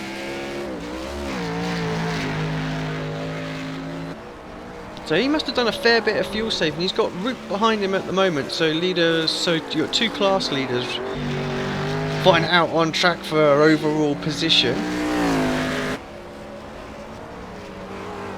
Definitely the, well, not quite the furthest. We've got Gabriel as well, still hasn't pitted in his caddy. So yeah, the fuel strategy is definitely sort of going to mix this up quite a bit. We've only got 5 McLarens, so 4 McLarens in front of the rest of the field, and then you've got a caddy followed by a GT40 or 2 GT40s as it was. So yeah, interesting to see how this battle's going to pan out. See the difference in these two cars through here. Let's perhaps jump on board with a lap as Luke's looking to get past as quickly as he possibly can.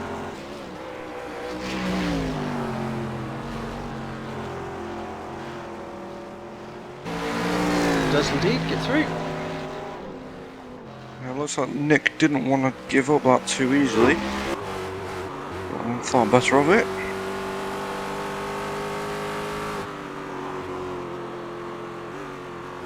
So Roop still leading the 4 GTs.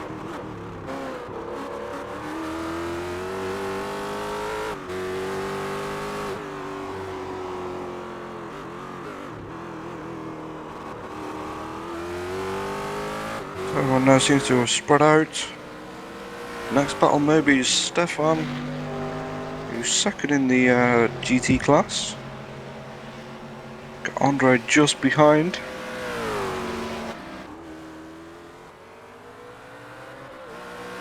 Yeah, obviously Andre in the MP4. I'm sure the guys are pretty evenly matched, and the classes are evenly matched. Although you know the MP4 is the quickest one out there. But it's nice to see that the guys do want to try and work their way up, even if they are fighting people in different classes. So you're very used to seeing with the multi-class, you know, the dominant cars out there, and like 3 or 4 seconds between each class. So there's no sort of inter-racing. But this has been a breath of fresh air. Actually, I'm really enjoying it. It just goes to show what it can mean staying out on track if you've got damage, because Tom Jones is now in 3rd. Yeah. So off. Yeah, Tom Jones still yet to pit in his G4 GT there.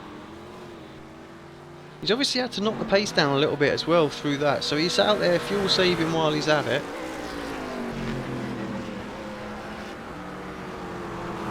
Definitely looks like he's trying to make it at least a 2-stop. Yeah, 1 hour 40 to go. I think you're right. Another 10 minutes, and he should be able to do it quite comfortably. I actually say 10 minutes, and he should be able to do it on a 1-stop.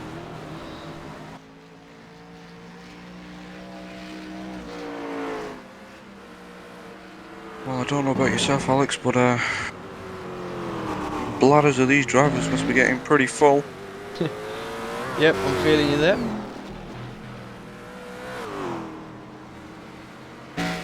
Yeah, you have to think of the 500-mile races and things like that go on here, so it takes a fair amount of time. Oh, with some of these cars, the force feedback will be absolutely draining the rams of whatever energy they've got left. Yeah, I don't know about you, but once I've been racing for about an hour and a half, that's when like it's really difficult to keep the concentration levels up, keep focused on what you're doing. You do get into a rhythm, and after a while you break through that little barrier and you just sort of just zone in and just sort of do everything on autopilot. But I always find that this hour and a half mark is the most draining. And you just kind of be thinking, oh god, this has got so long to go. And you know, I think for everybody now, this is the important thing: staying in the right state of mind through this phase of the race, seeing how the next 40 minutes or so plays out, and working out what you've got to do on that last stint. See if you can pick up a couple more places. Yeah, and this is you coming from a Williams FW31. So it's also a bit of a mental game with that car. But this track is also mentally draining for you. So the physicality of getting these cars around the track. As we see Mark Noble off to the right. Just watching Paul and Nicholas. Not sure what's going on with Mr. Noble. Yeah, struggling a little bit out there. I mean, he's 8 laps down. He's showing that he's been in the pit lane 11 times so far today. I know occasionally the scoring system doesn't quite give that an accurate figure, but regardless, he's definitely been in there quite a lot. So, but good to see that he's trying to stick with it. I guess there reaches a point though when you just get too much damage. It's also the fact that too much damage to his shoulder as well. Yeah, talking of too much damage, there's a Kia out there at the moment. Looks like it's suffering big time. Not sure who that is. Speaking of that damage, there's Philippe just coming back onto the track. No way he's going to get that car back round. Indeed, he pulls off and jumps straight back to the pits. But yeah, I was just saying, Mark Noble, he's actually scheduled to have some surgery on his shoulder. So it's also the physical drain for him. Caddy is pretty much a handful at the best of times. Yeah, fair bit of work involved in that. Bit of seesaw in action on that wheel. We've seen a lot of drivers actually just stepping it out a little bit. Just saw a little glimpse of Liam Williams coming under a bit of pressure. Liam's actually been into the pits twice. See that he has got his rear wing fixed. So his car's pretty decent out there, and as a caddy was just having a run on him.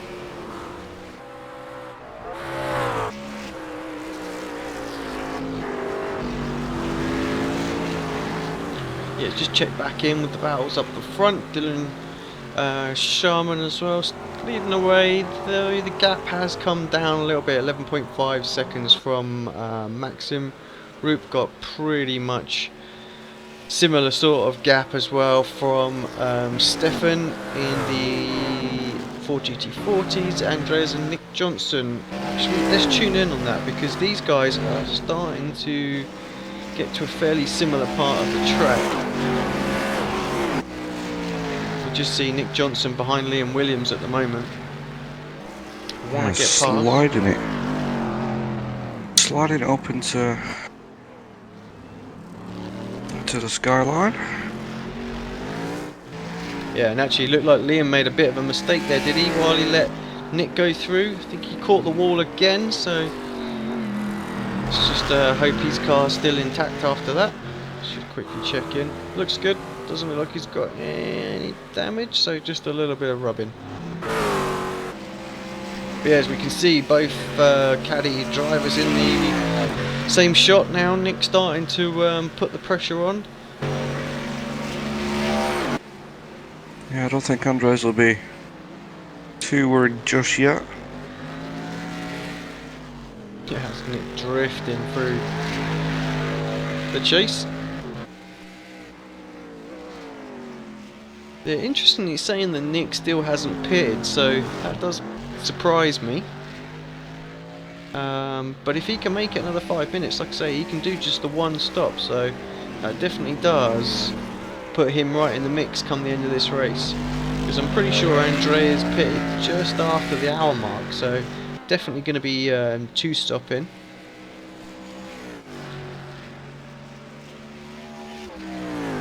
Just got Mark. We were talking about Mark just a moment ago, so he's just jumped up into the interview channel. So Mr. Noble, welcome to the comms box. Tell us a little bit about your race. We've seen, unfortunately, you've had a lot of pit stops. What happened out there, mate? Oh, I was running pretty good, and just trying to let the quicker blokes through and just making mistakes under braking, and doesn't take much for the caddy to slide off and touch the wall. You only really got to touch the wall in the caddy and your steering's gone, so I tried the pit a couple of times to get it repaired. Just wasn't repairing it, under brakes it was just pulling me to the left, so I decided to stay out of everyone's way. Yeah, just the one fast toe today. We seem to have lost quite a few drivers. Do you think maybe 2 might have been a little bit better out there? Or is it going to work out quite nicely? Oh no, one's fair enough. It's you try and keep it clean, and you shouldn't have any troubles.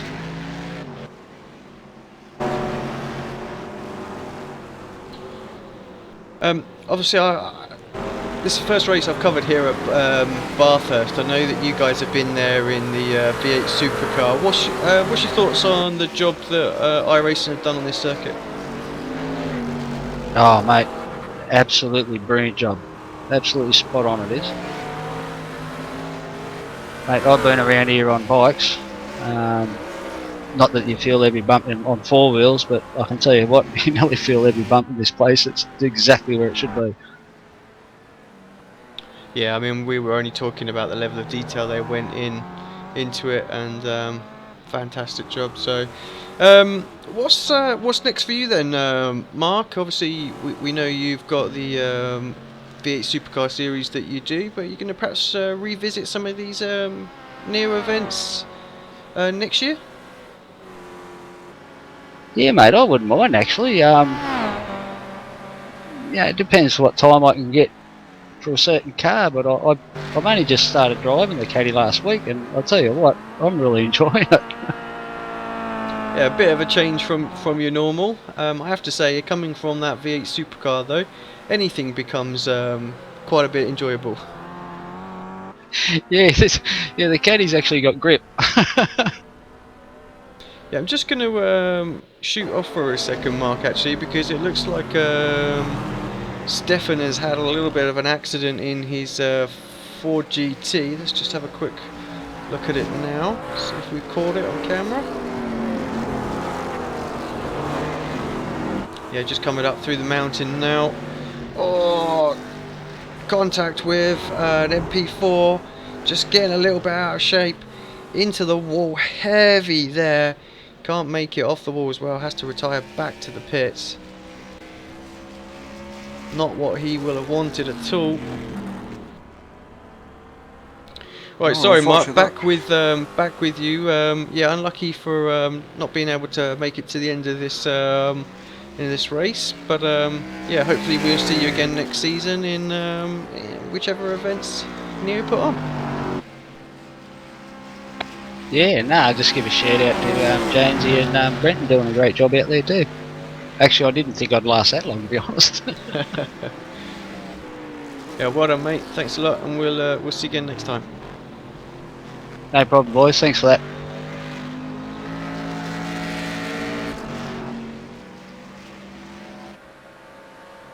So yeah, that was second place in the Ford GT, as well as 5th place, I think it was, in the MP4s.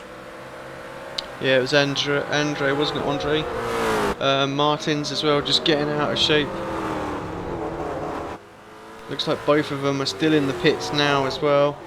Almost retired back there at exactly the same time, 40 odd seconds still. It's quite a long wait when you're being towed back here. I haven't actually tried it, but I'm guessing we're talking, what, 2.5 minute tow at least? I'd probably even go a little bit longer than that, to be honest. Yeah, so that's going to spice things up a little bit. I know Tom's not showing as a third anymore. He is, what, fifth in class now. So that's Paul that's going to move up into second in class. Williams there on screen, just keeping out of the way. Root making his way through some traffic as well.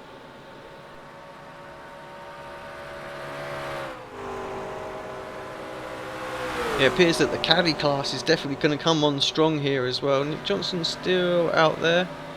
Unfortunately, I've lost all my pit results and timings just due to the overlay system just causing some stuttering, so I needed a little reset. So won't be able to keep track too much on who's pitted and who hasn't from this point, but we can tell from the rest of the race. I'm just seeing Maxime showing as leading the race. I'm not sure if Dylan's in the pits again. Or has been into the pits again, I should say. As he is now back out on track. Just coming up on Paul Longanen. We come through the S's and into the Dipper. Pretty much tiptoeing through the Dipper. Not sure what experience you've had round Bathurst, Alex, but it literally is touch the throttle where you can. Just let it do its thing through there, really.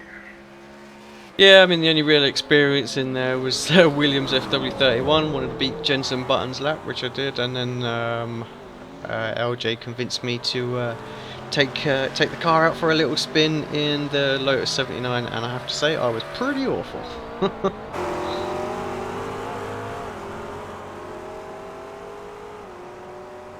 So Dylan's made it through on Paul. Paul running pretty strong still. Not seen him too much on the stream. He's been running his own race. He's up in 4th currently in the 4 GTs. So see Nick Johnson, who's just pitted.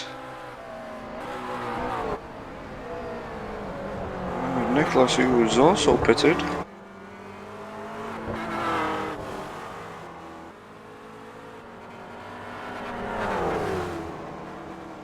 Tom Jones just going round to start his 41st lap. Yeah, Maxim obviously went a little bit longer in the first stint. He's going to do the same again now. So as long as he can get through traffic at this phase, he should be able to catch some time up on Dylan.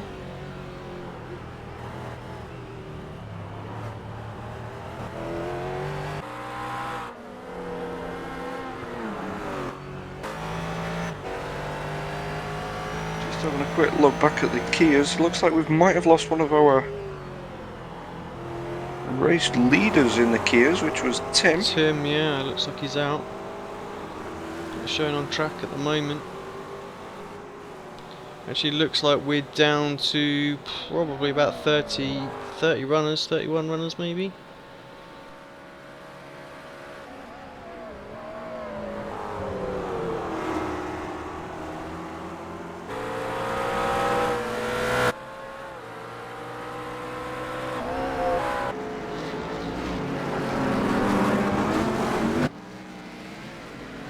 Just watching Wayne, who is 2nd in the Kias.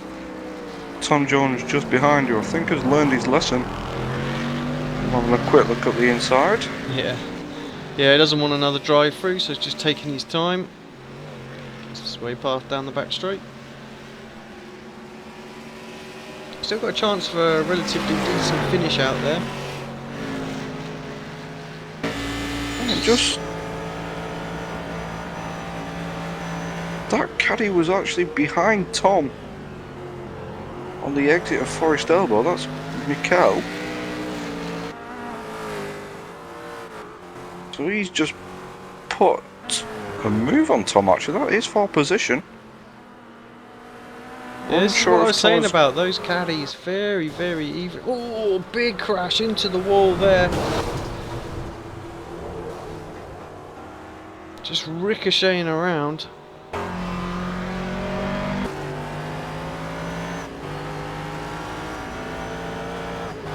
Not sure if Tom's got some damage still. It does look like the right rear of his wing is bent up slightly. Yeah, I wonder if that's just causing a little bit of straight line speed loss, although we have seen the Caddies and the Ford GTs down the straight being pretty much nip and tuck, so if one gets into a slipstream, I'm no surprise that one could pull a little move off.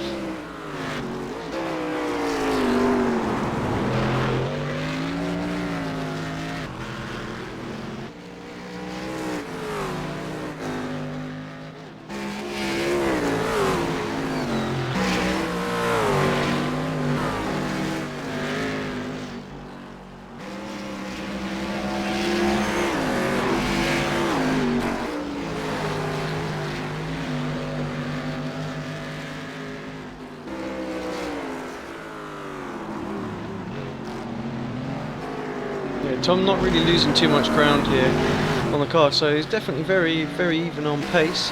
Let's just check back in with some of the other battles that might be going on. Just have to say, this is pretty much the main bit of on-track action at the moment.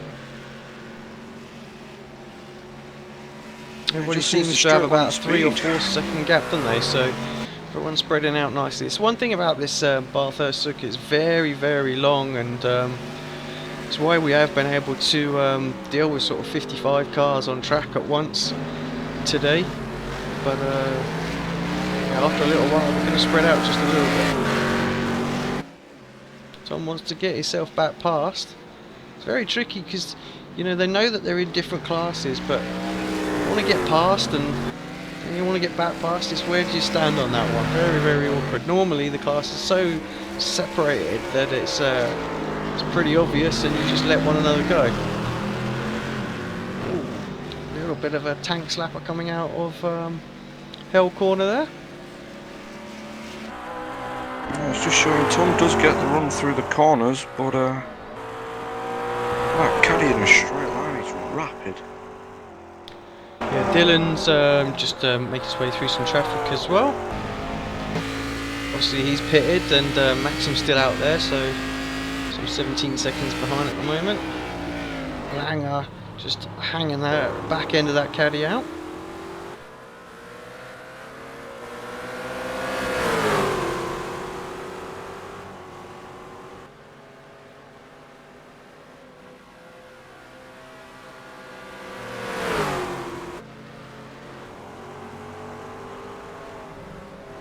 I'm amazed how he's keeping up this pace. The tyres that he's got on that thing, the tyres on the caddy go away pretty quickly, as you can see there through the S's.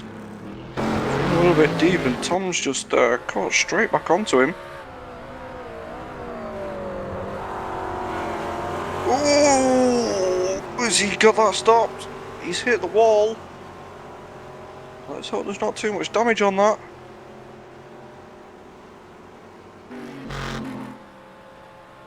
Yeah, unfortunately just missed that.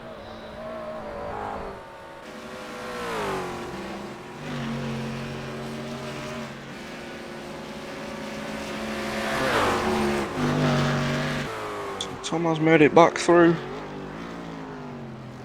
Definitely looks like the caddy tyres are on the way out. Yeah, we saw this earlier on in the race as well. Just pushing them a little bit longer. The fuel loads on those caddies, they can go just that little bit further, but they do get a little bit greasy. See a few of the caddies out there now just hanging that back end out round the corners.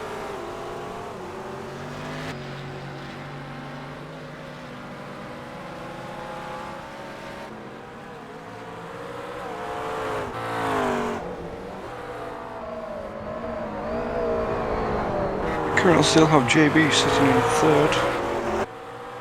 They did smack the wall at the top of the mountain pretty hard. Not sure if he's got damage on that or not. Yeah, let's just have a quick look. Everything looks good, all in shape. I say, it's hard to tell though. We, you know, just look at what happened to Blake. We didn't see anything. For Blake, just must have just scraped the wall at the wrong angle and just give himself some suspension damage.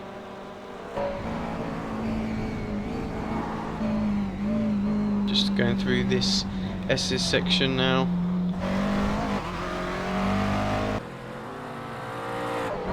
Such a great circuit. I think once you get into a rhythm with it as well, it's just all sort of comes naturally to you. It's interesting, the two different lines that you see on the back straight. Everybody just sort of staying off centre as best they can. Just seems to be where a little bit of elevation change in the middle of the track can sometimes slow you down.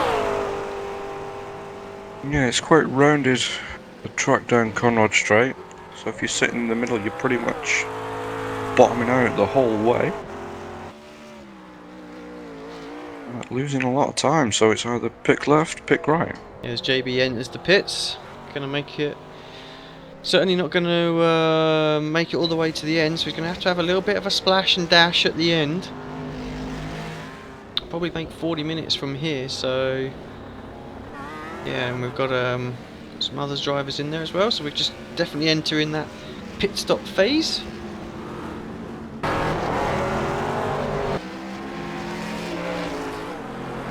Maxim's still out there in the lead. He's got a 19-second gap over Dylan at the moment, so definitely has eked this second phase out a lot longer than I would have thought, and he might even be able to avoid that splash and dash, so Dylan's certainly going to have to think about what might happen in this later stage of this race and perhaps up the pace just a fraction, just to give him that one stop buffer that he needs. But that said, we are talking about 45-50 seconds that he's going to need. Yeah, Ramstein definitely mixing it up with his fuel strategy. Just giving something for Dylan to think about.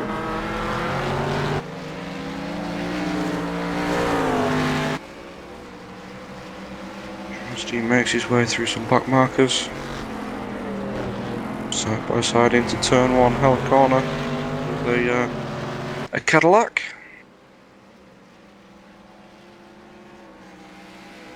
And one person we've not heard from today is the founder of the Neo. Might have a jump down and see if we can grab him, see if he's got any words of what we can expect, see if there's anything in the mix.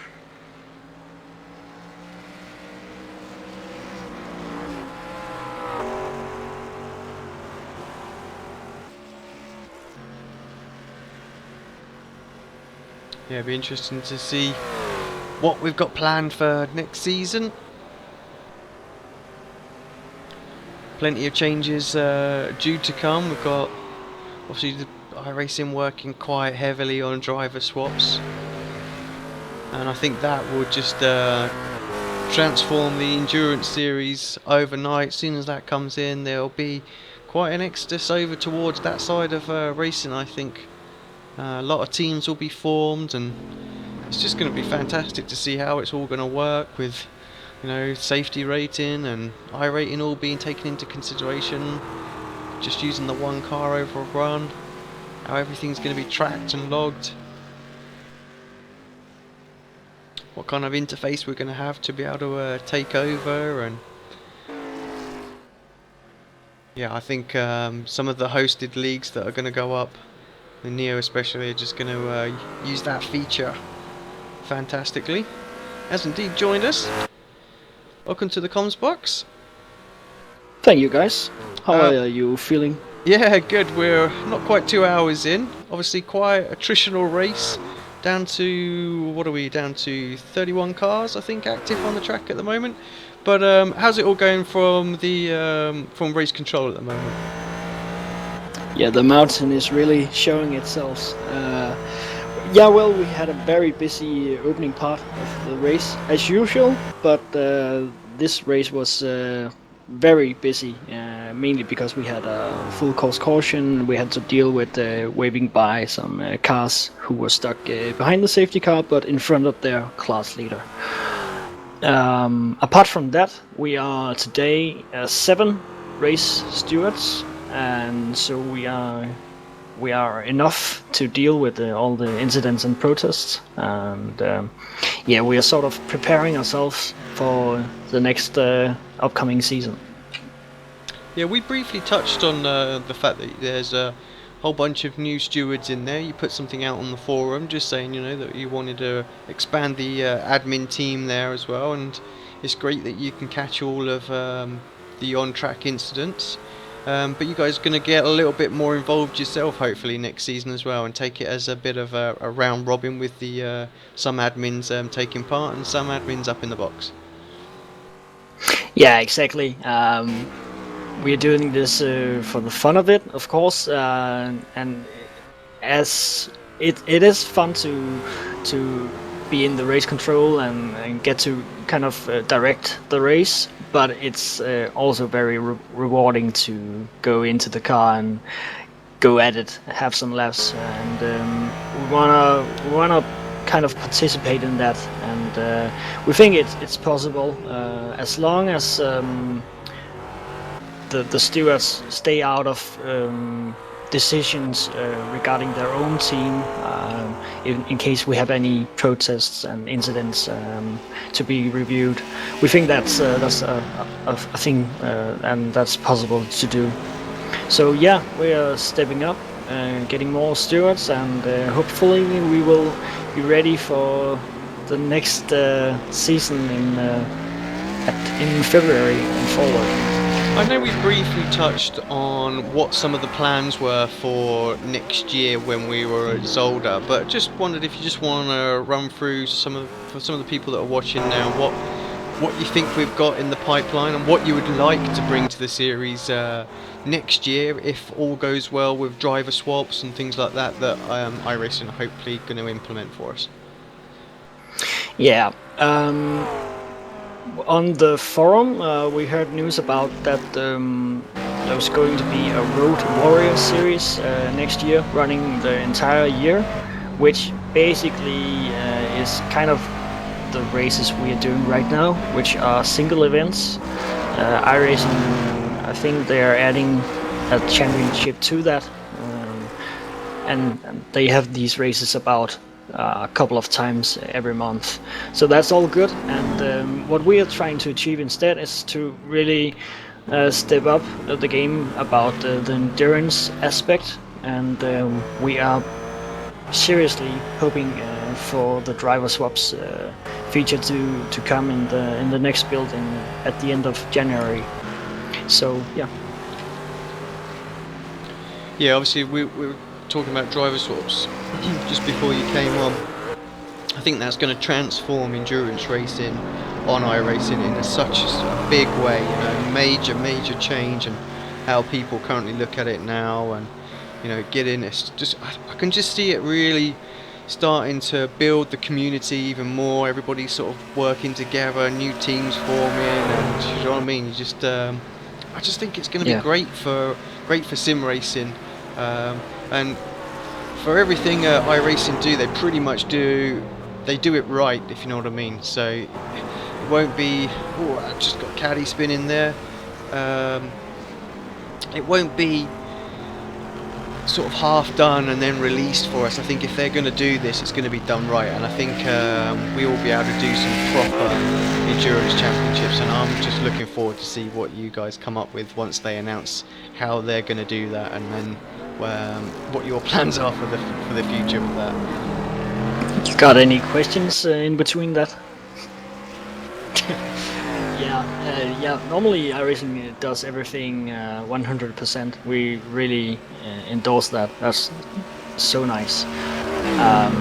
And about the endurance and driver swap aspect, we think it's going to be a whole new sport within iRacing, because now it's kind of like every man for himself, but once we get the driver swaps, it's really become a team sport, and it's a whole new way of thinking the races, because now it's not only affecting your own race if you have an incident, but it's affecting not only the other drivers but your whole team, and at least for Neuro Endurance, it's also affecting a championship and in the end some very cool prizes and money prizes. So yeah, there's a lot more at stake, really.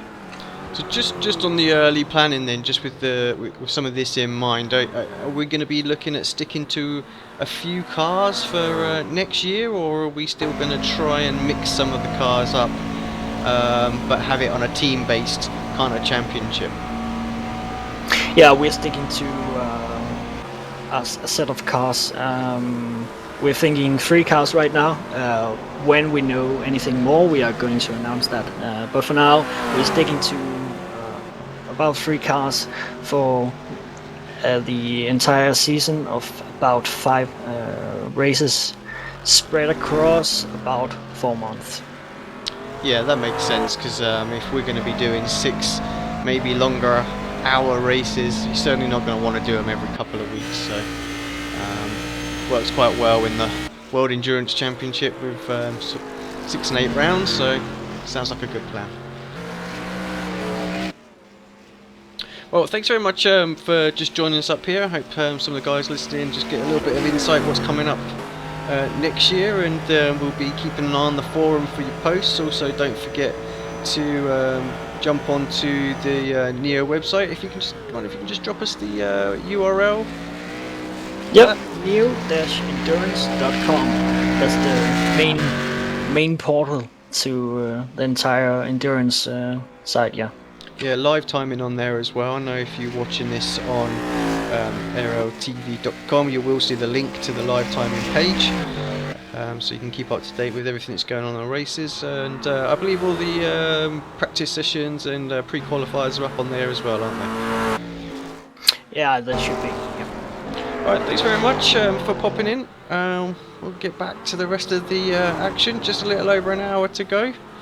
Before you do go, who's your pick to take victory here in the different classes? I'm going for Dylan Sharman in the caddy class. Actually, Amjad Yamin in the 4GTs. Anna Stale in the caddies, and well, Andy has been stable all day long so far, so that's my pick for the Kia class. Lovely, thanks very much for that. We'll catch up with you at the end of the race. Yeah, see you guys. Just seen the leader jumping into the pits now, Alex. That's Maxim Ramstein. Yeah, just jump into the pits. Let's just quickly jump on with Dylan actually, just to see where he is. He's coming into just by pit entry now. So he's going to get a fair jump. How long's Maxim going to be in the pits for? He hasn't even reached his box yet. Let's just keep an eye on him as we're going to see Dylan go through. There he goes. So I think that's is that Roop in the background? He's just had a pit as well. So we know how long he went on the first stint. So Maxim has longed this out quite a lot. What did I miss? Roop coming out of the pit stop, coming out of the pits was on pretty much a tank slapper. He nearly lost it. He's still in there, is Maxim. I think he's filling this up. He's going to go all the way. I'm just looking at when he pitted on the last stint as well. I know he can make it over the hour, so absolutely brimming this car. He's got a chance, I think, against Dylan. He's lost a lot of time here though, so he's going to be 20 odd seconds behind when he comes out and it settles down. But that could be the pit stop he needs. I mean, we were saying probably 30 to 40 seconds that Dylan's going to need.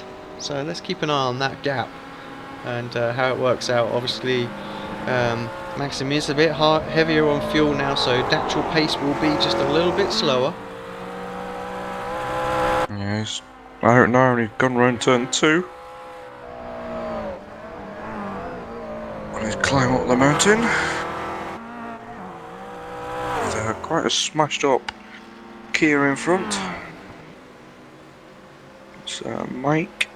Yeah, Dylan's just having to navigate some traffic at the moment.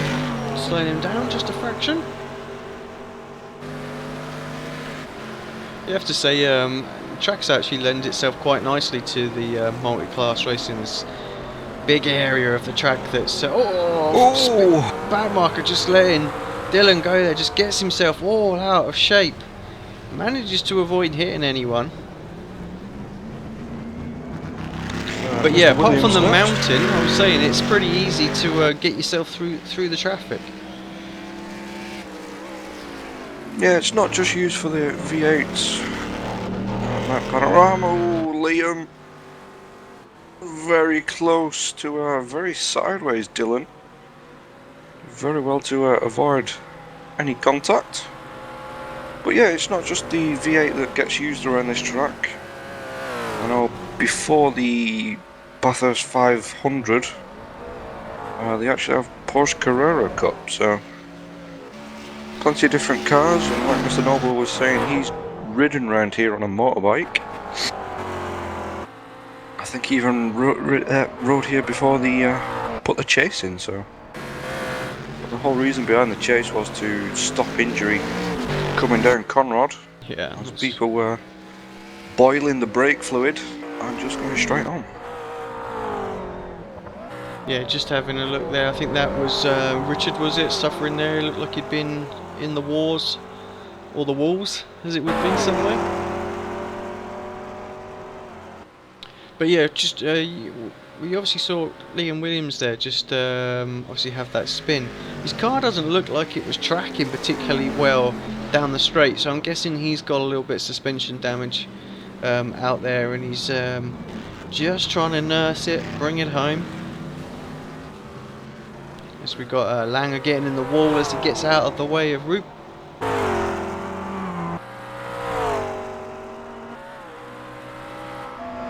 Yeah, just now that the guys have gone through since pit stop, Maxim is 43 seconds behind, so he was in the pit stop for 38.5 seconds. It's quite a long time. I have to say, Dylan looking good. If he can eke out another 5 or 6 seconds, he can afford to take that extra stop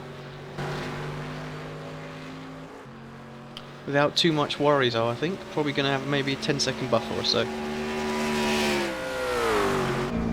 Yeah, it does seem to be the race from now on. Just all waiting for a final pit stop. Just checking in with Andy Dalton, leading the way in the Kias. We haven't seen too much of Andy today, obviously, after Tim retired from the race. He's pretty much been out there on his own. I think the race is his now. All he needs to do is just stick with it. Keep an eye out for some late sort of diving overtakes that might be coming his way from these lapping cars. But yeah, Matthias in second in class. Quite a bit behind. Just going down through the S's now.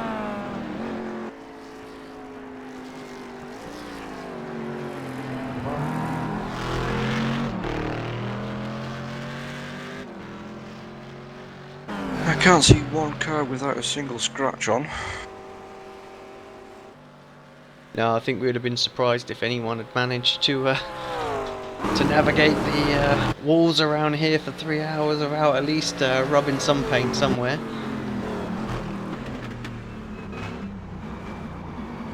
Yeah, Liam, just watching him now, about to be lapped again. Definitely seems to be struggling out there a little bit. We saw him with that rear wing damage quite early on in this race.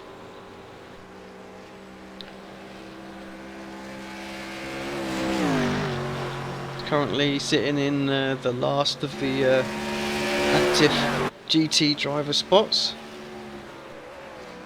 It does become a little bit frustrating when you got damaged and you think, oh no, I can do a bit better than this. I mean, he was up in what, 4th place at one point early on in this race and then just started dropping.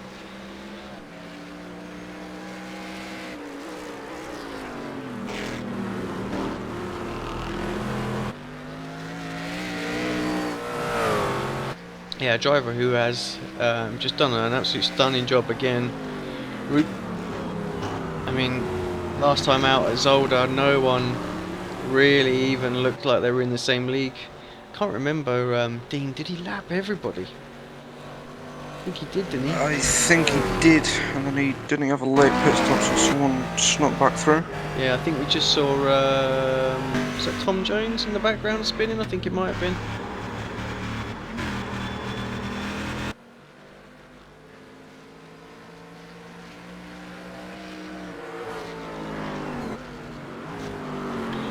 But yeah, let's so not forget this is sorry. a Super Sunday as well, Alex.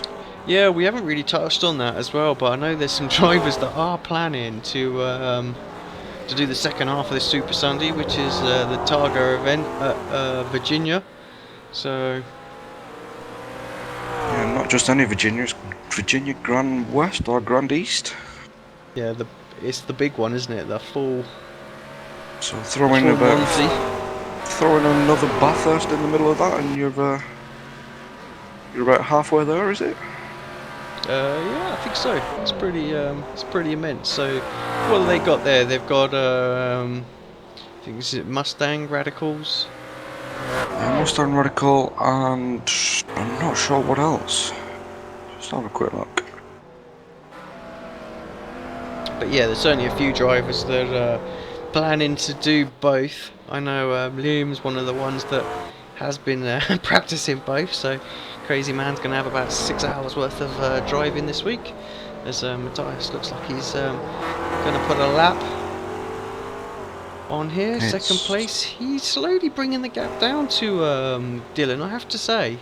Whether that's just fresh rubber just helping him out there, but gap's come down a couple of seconds. Last lap he was nearly a second faster, so traffic perhaps not going Dylan's way, but this is exactly what Max needs.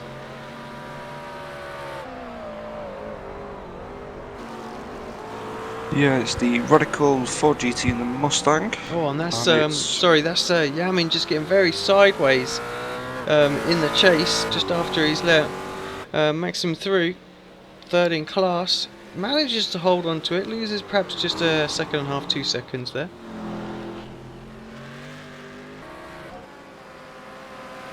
Sorry, Dean, you were saying? Yeah, it's the 4GT. I'll start from C1 to 3. It's Radical 4GT Mustang at Grand West, Virginia, that is. And it looks like they have a fuel limit on as well. So Radicals have 54% fuel, 4GTs have 90, and Mustangs have 63% of fuel. It's obviously broadcast by GSRC.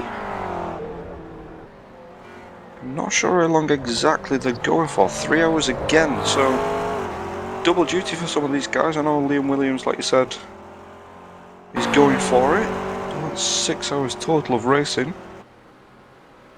Not sure what kind of break he'll get between.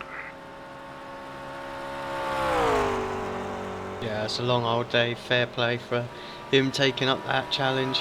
I was talking about struggling with concentration after an hour and a half, but 6 hours straight, this is when you really do want to drive as well. So yeah, this I'm sure Liam will post on the Apex Racing UK's team website, let you guys know how he's done. If you're at all interested, jump on there and have a look. But Yamin in third, coming up behind Kia here. Should be fairly straightforward. This probably the one car that you can just breeze past out there is the Kia, if you're in any of the 3 classes today.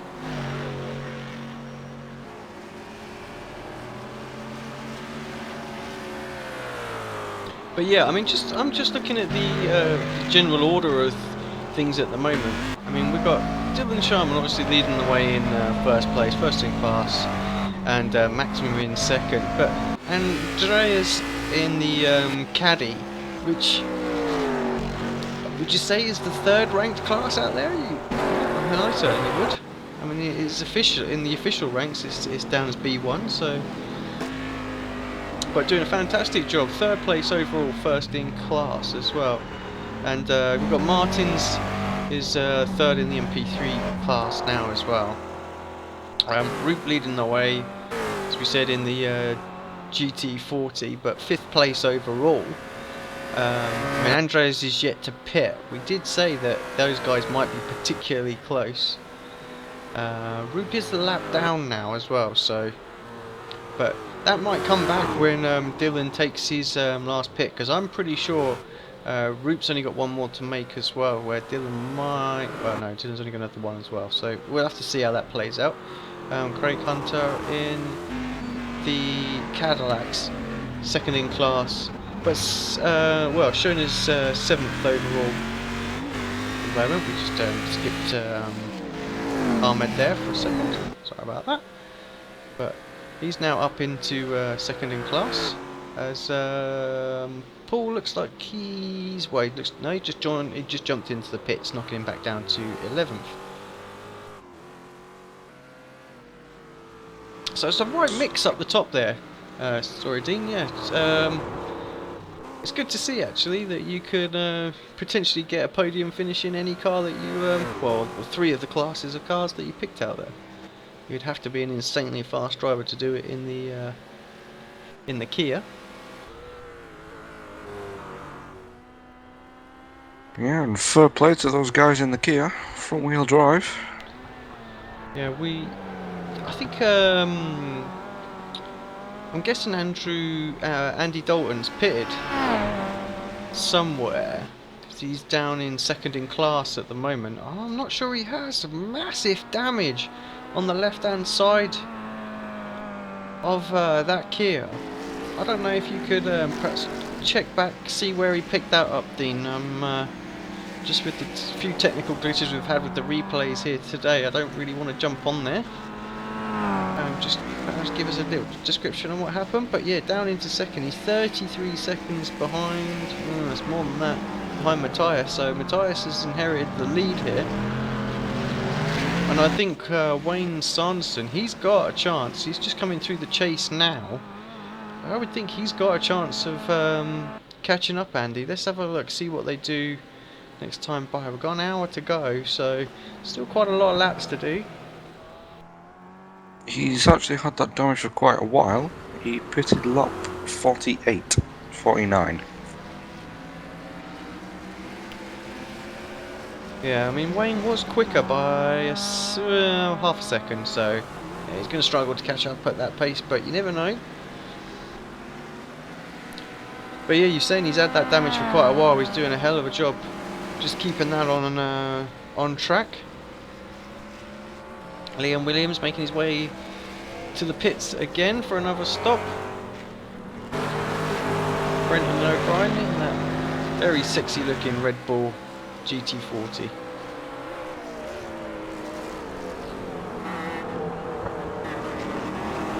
Mikel comes into the pits. Mikel running way down in the odd. He's actually 8 laps down in the Cadillac. Andre's still up on the jacks at the minute, building his revs. He's meant to be a liar, he's actually still on the jacks. Yeah, very long pit stop. Obviously going all the way to the end. But you are right, very, very long. This is some 40 odd seconds now. I'm wondering if perhaps he just come in a little bit hot. Got himself maybe a 15-second hold penalty. 50.9 seconds. That is probably the longest, well, one of the longest we've seen. Yeah, it's not going to lose him position in class. Let's just have a look, see where Craig is now. Look how close actually Craig. Oh no, his stop only 27.5 seconds in comparison. Comes out just in front of Craig, so let's keep an eye on how this is gonna go. I'm showing that Craig has stopped since the last reset here at the overlay, so I would think maybe you can just check that out for me, Dean, whether or not we're expecting Craig to pit again, or whether this is going to be a straight out fight to the end.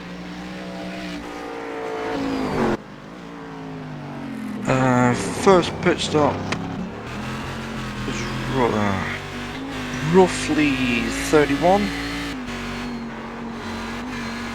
and it doesn't look like he's pitted as of yet. Yeah, so he's going to have another stop to do. So actually, Andrea's pretty comfortable out there at the moment.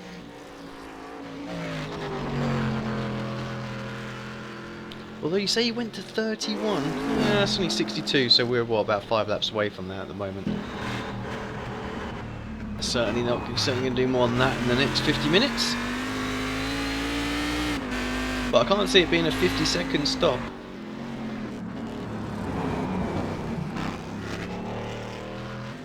Yeah, that stop actually has moved Root back up into 4th place overall as well.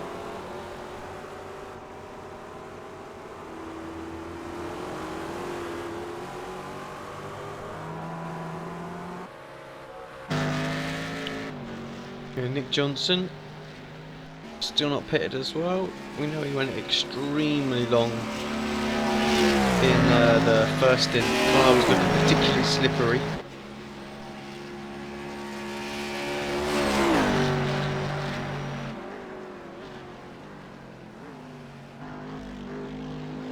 Let's just see where yeah, actually just looking at the class, that caddy class, the top 3 all within probably what, 20 seconds of each other at the moment, so keep an eye on that. Could be an interesting race. I'm thinking 2nd and 3rd are going to have to fight it out amongst themselves. We've got a battle between lapped cars, albeit Liam an extra lap down. It's Liam and Brenton O'Brien after coming up to the top of the mountain. We have Ramstein just behind P2. Yeah, I think Ramstein just going to take his time here, getting through this traffic. You'll be able to see that these guys appear to be in a battle, although both on different laps themselves. So Liam moves over, lets him have the place. I'm sure Brenton's going to do something very similar, surely. Yeah, just sticks to the line. Let's Max get his way past.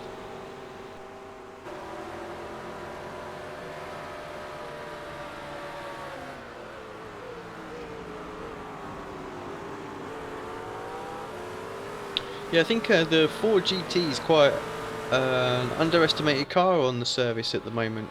A lot of guys last season, as Brenton jumps into the pits, were saying how good this car was and feel and everything else like that. So I know I've drove it a couple of times, and even back then when I was driving it, it was such a great car. I think it was only the unlove I got from the HPDs in the official series that stopped me from driving it more. But if you haven't, give it a go. Go and jump in it. Turn some laps in it. It's a great car. Yeah, from the few laps I was doing while just testing out some liveries, it was very planted. I was quite shocked. I was just flicking back up through the order. I'm seeing Tom Jones has got 3 lights on the side of his car, which means he's back in P3.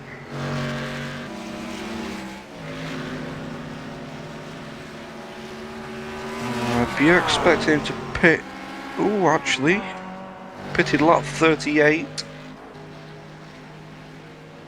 Yes, oh, indeed, he jumps in the pits now, actually. Oh, I was about to say he's got a while to go then, but obviously not. He jumps in. Also, let's not forget it's a very tricky pit entrance at Bathurst. Coming into a downhill braking, it gets tighter towards the end, and then a chicane thrown into the middle of it, and we have Dylan Sherman jumping into the pits as well. Yeah, so he's coming in for his final stop. Well, let's very quickly just jump on board with Max then, just to see how far of a lead he's going to have. I don't think Max has got enough to the end. I'm not sure. If he has,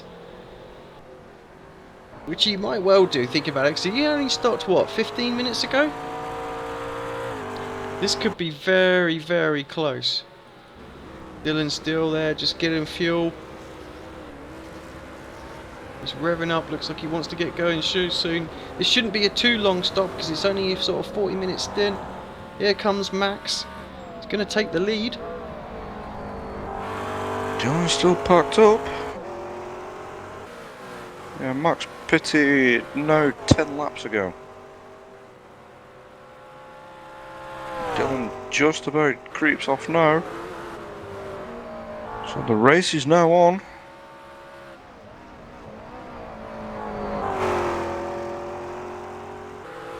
Yeah, let's just take a quick look, see what the gap's going to be next time by, but I'm pretty sure Maxim now just really, I mean, that early stint, he was obviously running quite a bit heavier fuel as well in that first stint, and he was able to keep with both Dylan and Blake as well in those early laps, so I think he's got a great chance this race. So I said Dylan was going to have to push and build up some sort of 50-second gap.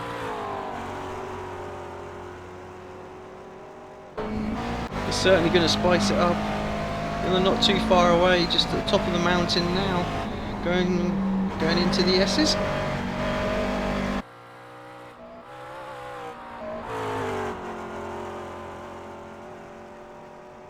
Yeah, these two cars, the only drivers now on the lead lap. Although I think that might change a little bit once everything filters through next time by, as Dylan obviously gave up 40 seconds there with the pits, 37.0 seconds, so even though Maxim pitted quite a bit earlier, he still took similar sort of time in the pits. So yeah, this is going to be very interesting to see if he's going to need a splash or dash, or if he can eke the fuel out. Maxim got a lot of traffic ahead of him. Important for him now is just to navigate through this as quickly as possible. Doesn't want to get held up too much, especially if he's trying to fuel save. Last thing he wants is Dylan getting a run on him while he's trying to save a little bit of fuel. Becomes very, very difficult to defend. You have to push the car harder than you want.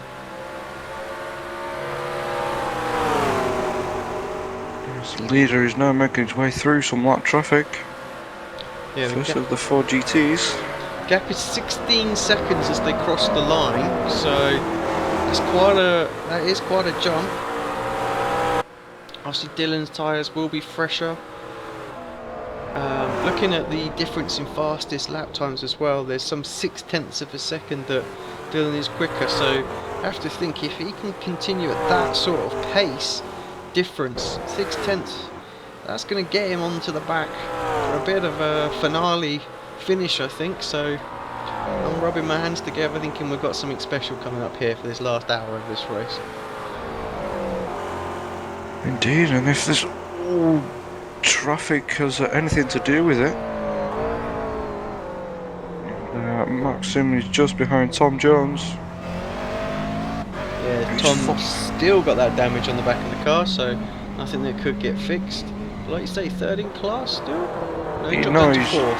Yeah. But still to come back from where he was. Yeah, in fact, he's got... Oh no, that's the leader. Yeah, as I say, Ahmed's quite a way in front of him at the moment, just gone round Hell's corner, so I don't think, see, now that Tom's had his pit stop, he's going to struggle to get onto the podium in class. You never know, something might happen. It's one thing with Bathurst, very, very tricky circuit on its own. Only takes a back marker to do something just a little bit out of the ordinary, and yeah, he could be taking an extra pit in.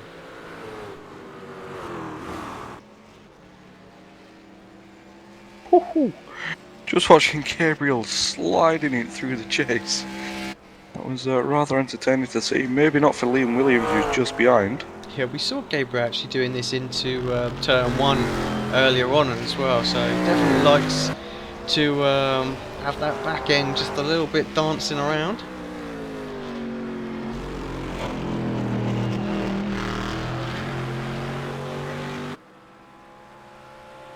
Yeah, 5th in class, pretty decent, decent race for him.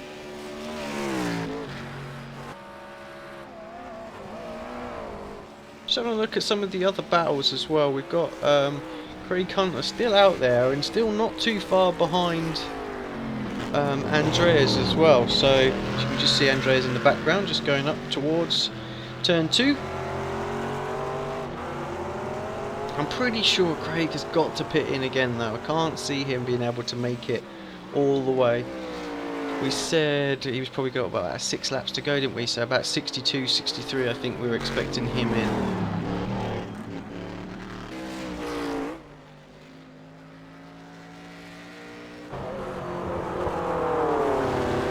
Let's just compare lap times from the last time round.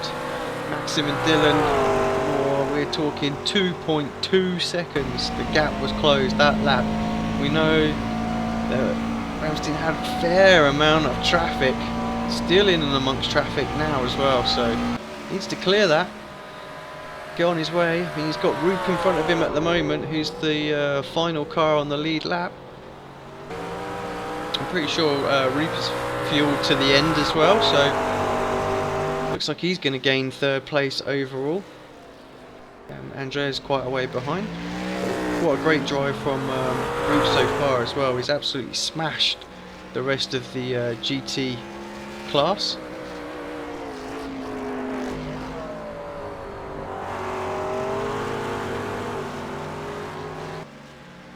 Yeah, just keeping an eye on Craig. Possibly expecting him in this time. This will be his 62nd lap. Yeah, Martins is catching him as well, 4.6 seconds behind at the moment. I'm pretty sure they both have got to pit.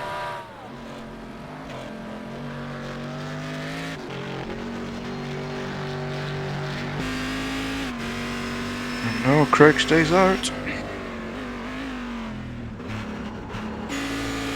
Yeah, just having a look where his rival in class is.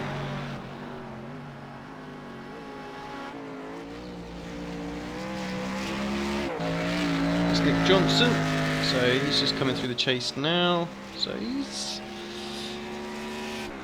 not sure he's going to have enough time to close up. Looking at the lap times as well, it looks like Craig's he's got the edge on him as well, 2nd lap quicker that last time by.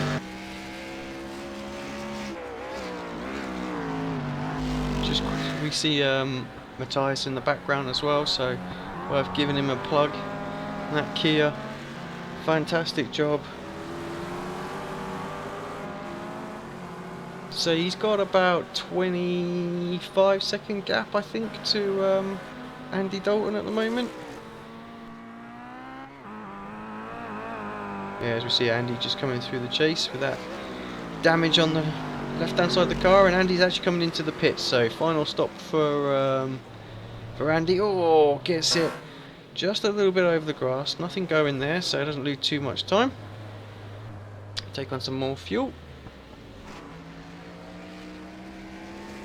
Let's have a quick look where Wayne is. Wayne is quite a way back actually, so nearly a lap down, so it's not going to gain any places there.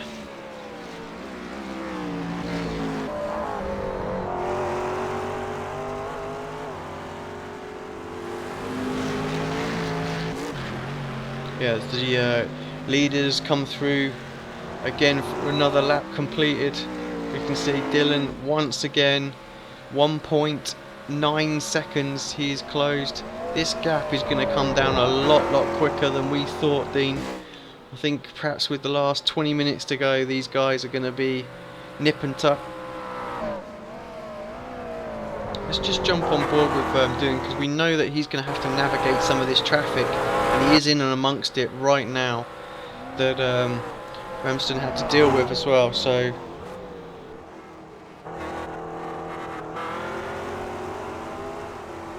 just got past Tom Jones there, and that quite familiar looking busted up rear wing. Just say Tom done a great job to survive the race and continue out there. Liam Williams in the pits again. He's really struggling out there, I guess, trying to get that car repaired as best he can. Just I think he just had some more contactors, Liam. Bring it home.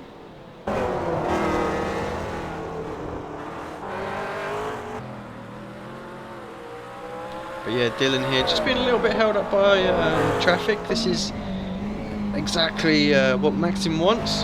Oh, into the wall in front of him as well. Has to sort of get out of it. It's fortunate that he didn't come back across the track. Could have been curtains for Dylan there. Certainly got the bit between his teeth at the moment.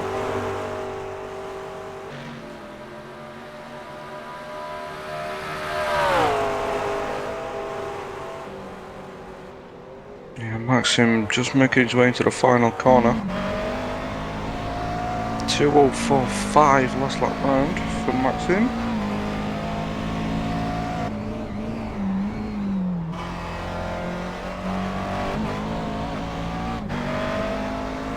.206 for Dylan, so that's not helped him. Yeah, it's pretty much what we thought really. It was more to do with the traffic than anything. You can see he's giving it everything there, a whole load of opposite lock.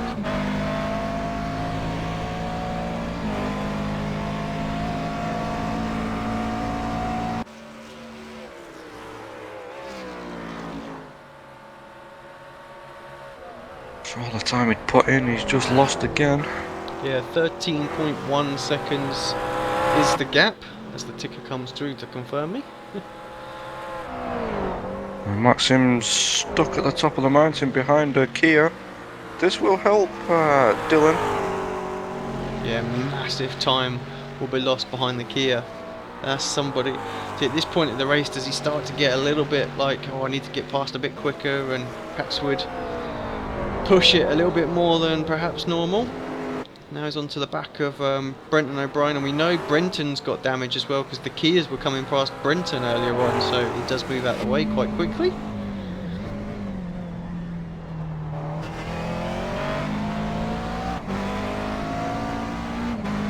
Yeah, just a little over half an hour of this race to go. See that Jim Beam sign flashing in the background, some graphical glitch going on there.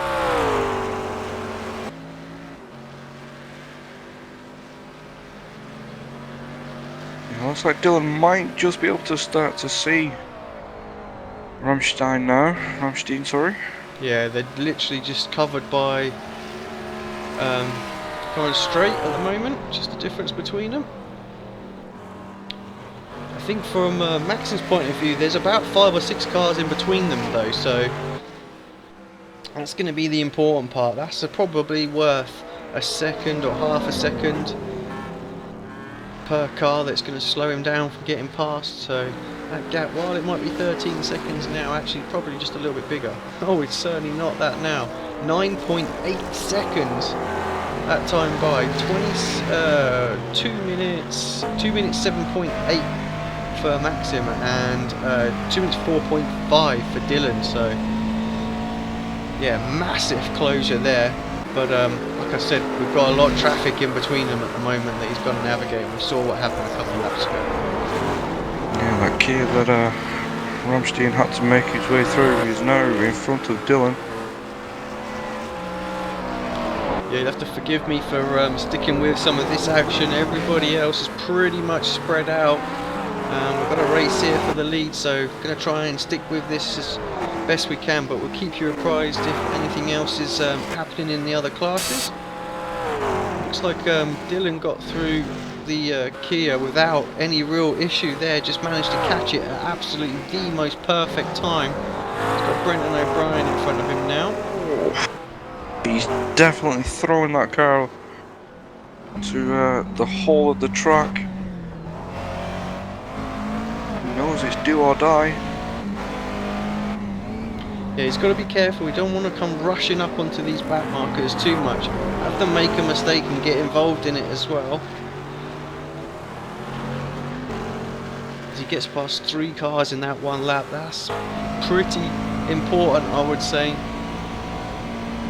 And it weren't on the straights as well, it was over the mountain. So. Yeah, I mean, this is where Maxim was taking his time and waiting to get past, and I think he's going to see that gap come down. He'll appear on his relative screen this time by as well, being that there's such few gap between the few cars between them now. He'll know that he's really going to have to start to pick that pace up. Dylan's coming up behind the back of Root, our leader in the Ford GTs. To say with half an Ramstein's- hour to go, I've said it already, but what an amazing performance he's put in as well. Just to be on par with these McLarens and just stay, well, almost stay on the lead lap. So that gap has now gone back up to 10 seconds. Ramstein having the clean air did a 2:04 compared to Dylan's 2:05. Yeah, Ramstein actually now has got a bit more traffic in front as well, so we can see how this is going to ebb and flow for this last 30 minutes of this race. We're very kindly getting out of the way of Dylan. Yeah, again, Maxim just catches it at the top of the mountain, probably at the worst time, gets held up quite a bit. He's got Kia now that he's going to... No, it doesn't, gets himself past. I thought for a minute he was going to get stuck behind that through the S's. That could have been very, very costly. We saw a 4-second jump in the gap earlier on.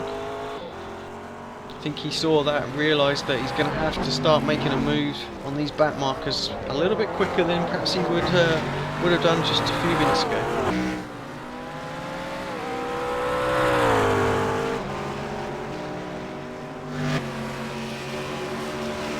Yeah, you were right. I think Dylan's going to be able to start seeing this gap visually very, very soon. Just manages to get around the kink before the chase. We might have another little battle here, Alex. Andy Dalton and Matthias in the Kias.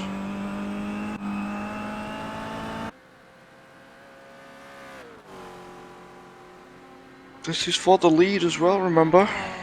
So Matthias is caught up. Yeah, I Maybe think by the through- looks of it, I'm guessing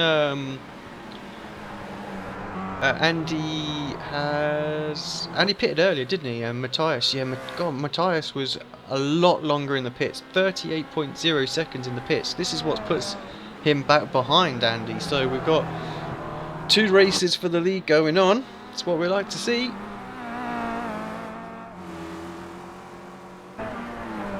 It's just going to be a matter of which one do we follow.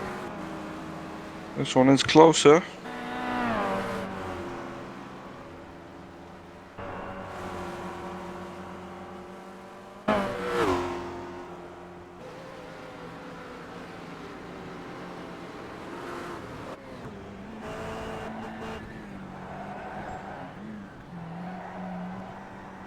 Maxim again, he's stuck behind some traffic at the top of the mountain. Gap back down to 9 seconds. Not quite working out for Ramstein. Yeah, I mean the timer is ticking down. I mean still 10 seconds to go. You have to say, I mean looking at just once he gets a clean lap, the pace isn't too dissimilar, so it's just all about how they navigate through the traffic, as we just see Armour coming through on this battle for the Kias as well. He's in all the curb, get up on 2 wheels. Yeah, it's great to see Andy just ahead, properly bumping around. Having a little look. I want to go in too deep. That's a great last corner there on the power, nice and early. Is he going to get a run down here into turn 1? He's going to perhaps have a little look, sticks his nose out. Certainly going to have a... Gives him the room. Could have perhaps pushed it a little bit on the brakes there, but loses a bit of ground with that. Andy was fairly, pretty fair, I have to say there. He could have squeezed him a lot earlier, but he gave him the opportunity to have a look up the inside. You can just hear the car just getting a little bit light as he goes over the crest into turn 2 here. Tricky corner, very, very bumpy, waiting to get on the gas. Looks like we've got a car in the wall just ahead.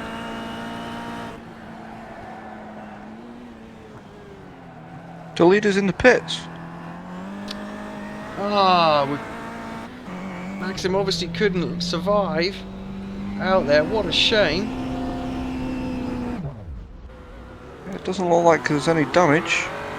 Just fuel then. I thought for sure he'd eked it out long enough on that second stint. Oh well. Dylan Let's definitely Sharman put that then. one to bed. Yeah, it's well, it's gonna easily have that. I mean, got the gap down to 6 seconds. But yeah, let's jump back onto this this battle then with Andy Dalton and Matthias here. This is where it's all at now.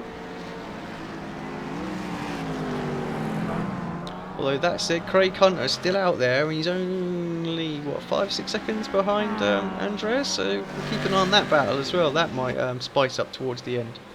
It's like everybody's coming together. It's exactly what we want to see.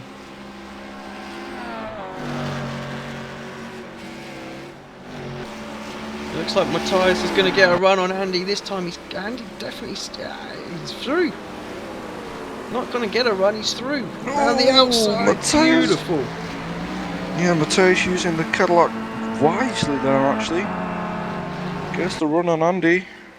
Now it's up to Andy to counter attack. Yeah, I'm wondering actually if that little bit of damage that Andy's got is perhaps slowing him down in a straight line.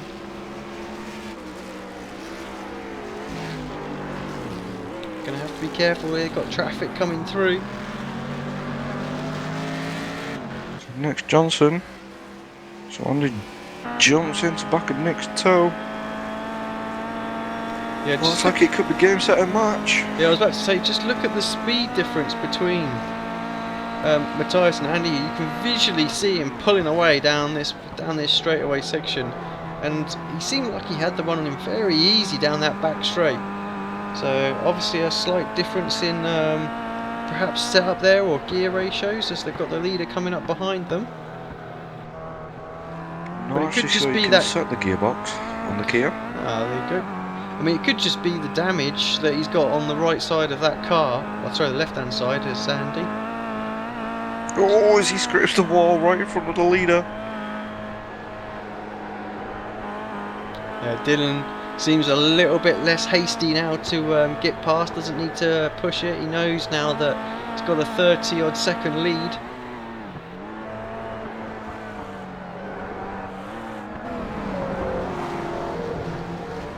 You see that? But he's given the Kia's rear side mirrors full of that MP4.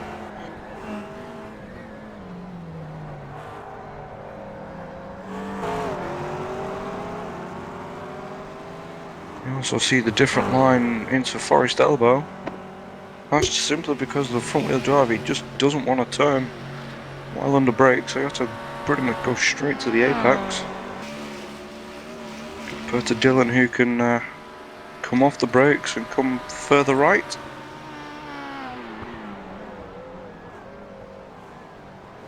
That is unless you're using the baseline setup, and then that will turn no problem under the brakes.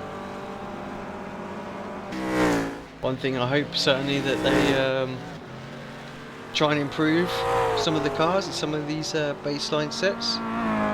Fortunately, the communities are pretty good and usually post something on the forums. Those that might be watching that don't get themselves on the iRacing forum, do check it out. Usually somewhere there is someone posting setups for all the cars and all the tracks.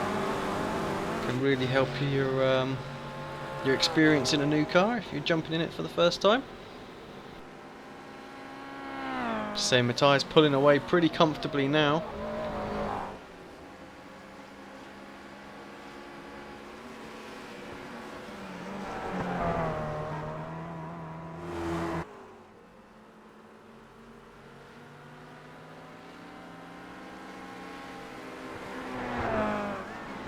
Yeah, as he just navigates up through the hill, he's got Root behind him. So you've got two class leaders here. Sure, they'll give each other plenty of space. Don't want to ruin each other's race. And he's not giving this fight up though. He's still there. Just a little over 20 minutes to go. It doesn't do slip past.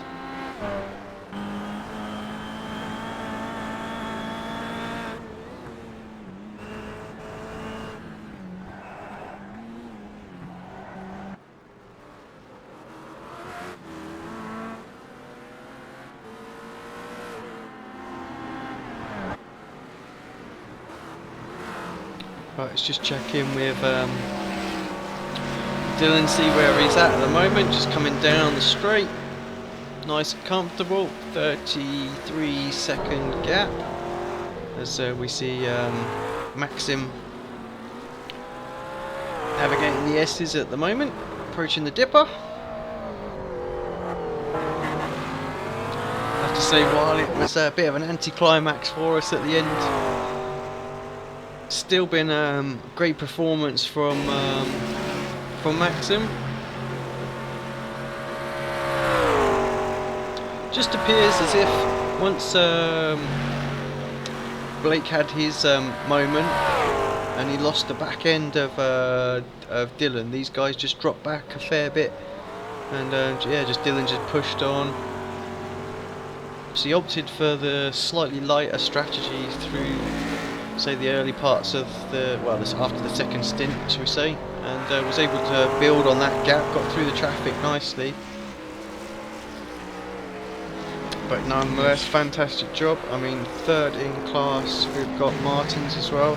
He's not had too much airtime today, but he's done a fantastic job out there as well. Kept himself out of trouble. Got 20 minutes to go. No reason to think, unless something goes on, that he won't maintain that position. And again, we've already touched on what a great job Roop's done out there. Storming it at the moment to show him what that GT40 can do in the right hands.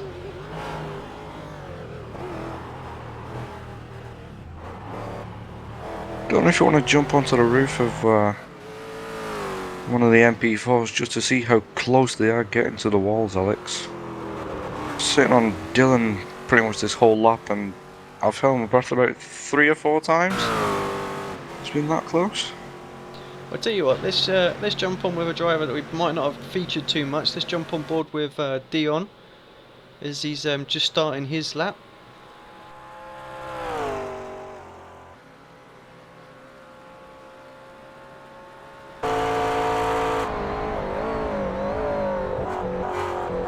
We'll just watch him go through turn 1 now, kissing the curb on the inside. Up the mountain we go. Shows off Dion trying to give the walls a little bit of a wide berth, but there's just no runoff area here, so you get punished. I mean, we're not talking Monaco-esque. There is just a little bit of room from track limits, but it's not far off. I have to say, it's got such a great flow as well. Once you get used to where everything goes on this circuit, you just start to love it, especially this S's section. All the way downhill, the drop. So we're talking about that behind the scenes, the elevation drop through this section. You come down in all of about 30 seconds. Well, so that's about 20 seconds. From the height of the mountain right down to the bottom in no time, straight away downhill as well. It just means you can get some phenomenal speed down here.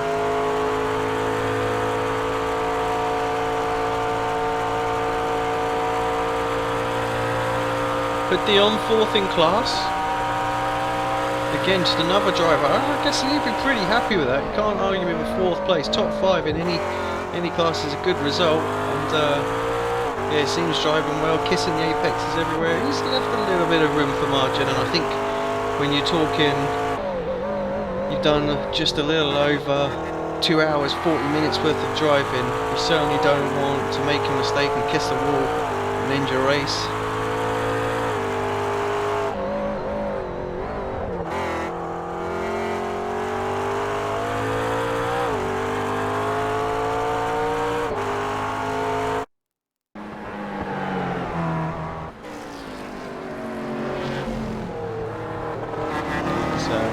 Approaches Andy. Andy definitely fallen off the back of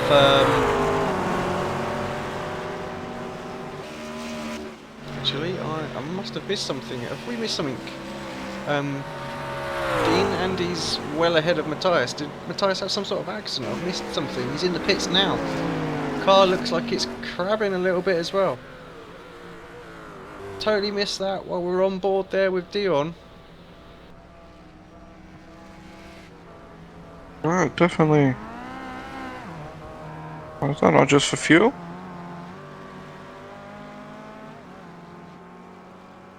I don't know, car doesn't look like it's going straight to me. Look, it's coming out of that thing. Let's just see if we can...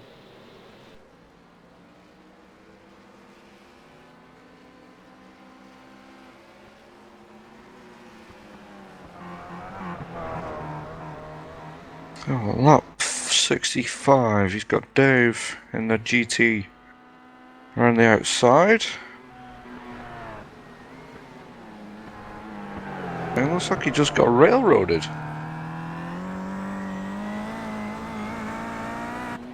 Yeah, he's going to be absolutely gutted with that.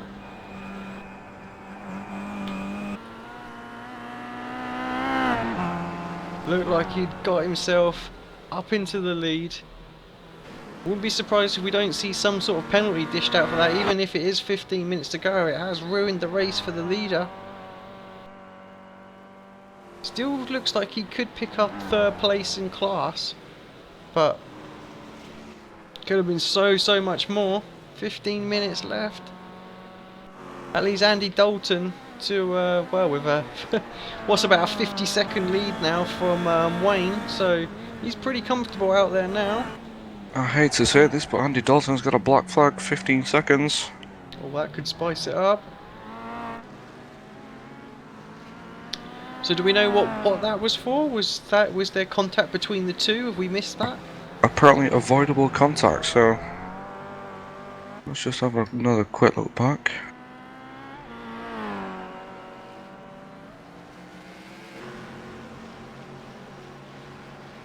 Yeah, so it looks like Dave in the GT gets through.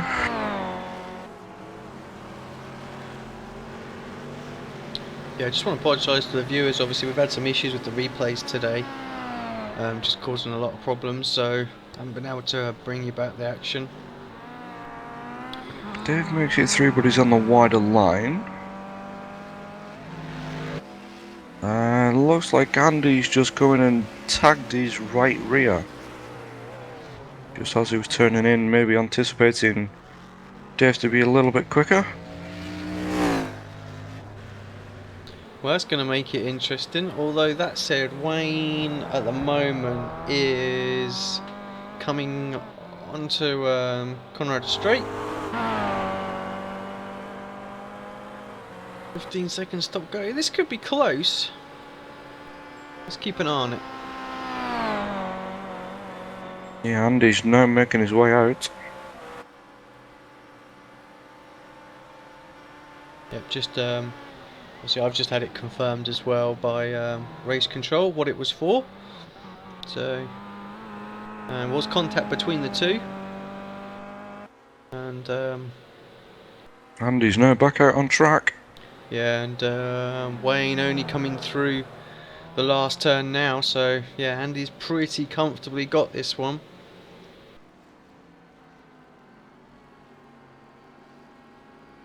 That's a little bit of a shame. I think Matthias will be pretty gutted for that one.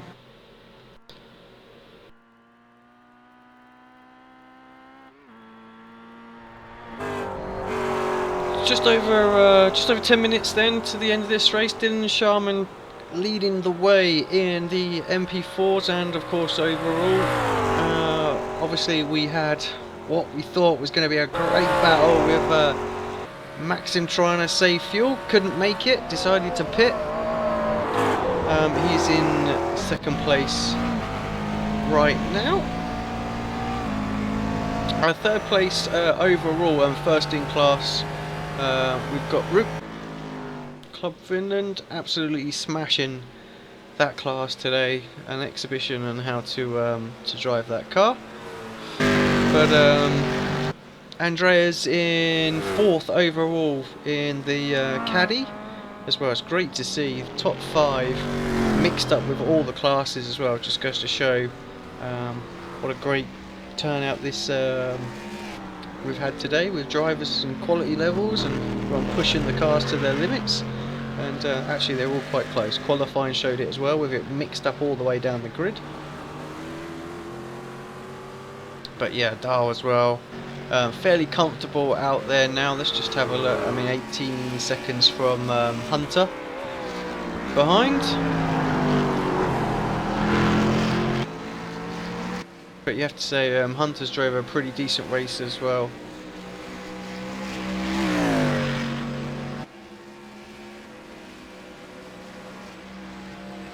That's your top 5 in this 3-hour endurance marathon here at Bathurst, put on kindly by New Endurance. Final round of the series.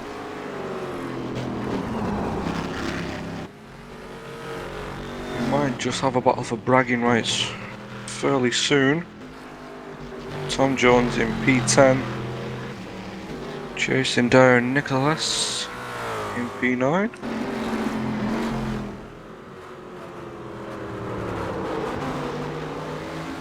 Just comes around Forest Elbow, and you can see him just ahead of him.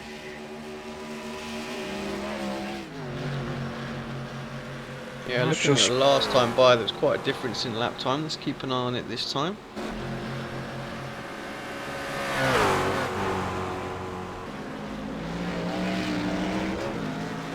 well, we've got Roop, who's in the pits.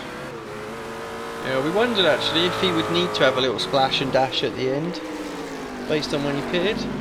Obviously he's got such a commanding lead, he hasn't really got to worry about it too much, and it literally was just a splash, like 8.2 seconds, back out on his way.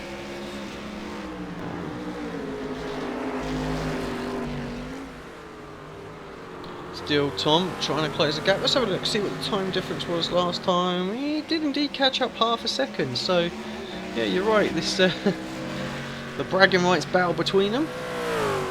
Got a spinner. Looks like he's in the S's. So Gabriel, who we said earlier on, loves to slide that car around. Oh, he's still waiting to return to the track as well as Maxim goes through. It's back underway. Looks like he survived. Can't see any major damage on there, so he should just be able to pick back up to the pace. So away the two following cars. So just to confirm, we've got 26 runners left at this point. So, as we said, very attritional race. To say, oh, into the wall heavy again. He is struggling out there. Maybe he did pick up some damage. He certainly has now. Wing damage on the right of that car, as well as that front right wing looking pretty nasty. That could well be some wheel damage. Yeah, it looks like he's struggling out there now. To say Gabriel has not got anyone behind him in class to no, not entirely true, but I don't think Marcel's going to make up about 7 laps.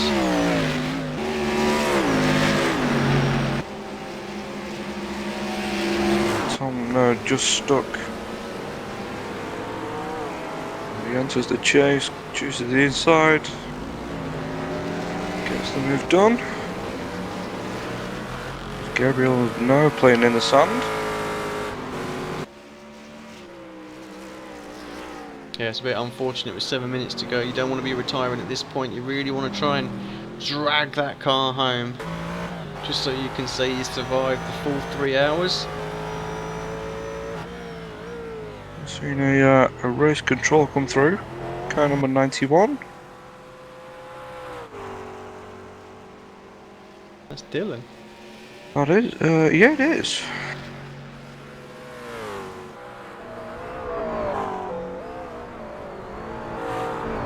Lap 77, turn 23.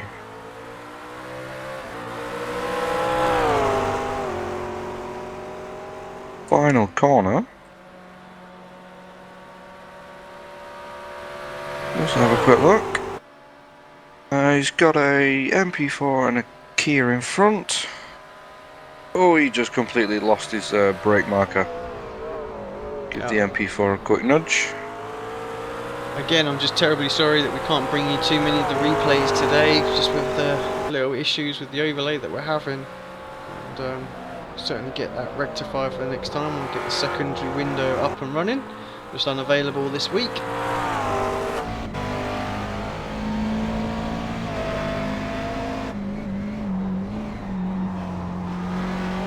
Tom now honing in on Nicholas in the purple Cadillac. So what was the penalty that's going to be issued out there? Do we know? Have we had any confirmation? It's just a warning. Just a warning. Okay.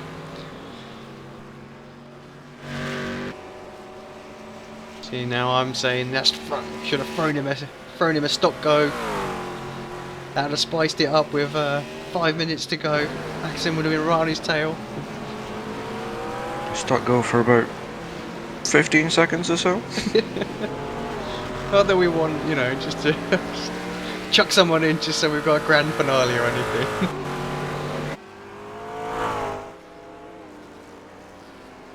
Yeah, Tom does look like he's edging ever closer. To get himself that 9th position, maybe. Let's just see if Nicholas does try and defend it, just for, like we say, like the bragging rights, or whether he's just going to let him go, because totally different class. What he doesn't want to do is lose his 4th overall in class. So, going to take something. I mean, Richard's quite a way behind this battle, so almost half a lap. So I think Richard is actually an extra lap down, so... Oh, you're right, indeed, sorry, so a lap and a half behind. Car number 3 is now under warning. That's Root. So our leaders that's Wayne. Oh, sorry, yep, that's... take it back. For unsafe rejoin of track. Number 5.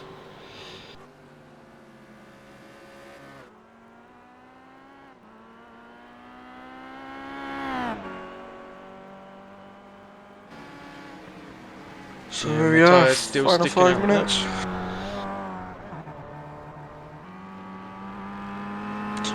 Oh, Nicholas very sideways through the S's. His tyres very worn on the rear.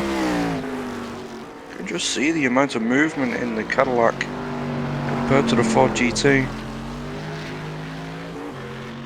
Very good run from Forest Elbow from Tom. Yeah. Let's just see if he's got the power to get down though. That's the thing, I think this Caddy actually has the straight line speed advantage over the Ford, so even with the slipstream here, Tom's going to struggle. It's whether or not Nick's just going to let him have it or not. He doesn't need to fight him, there's no real need for it, but like you say, it is a bit of bragging rights. Oh! How he saves that, amazing.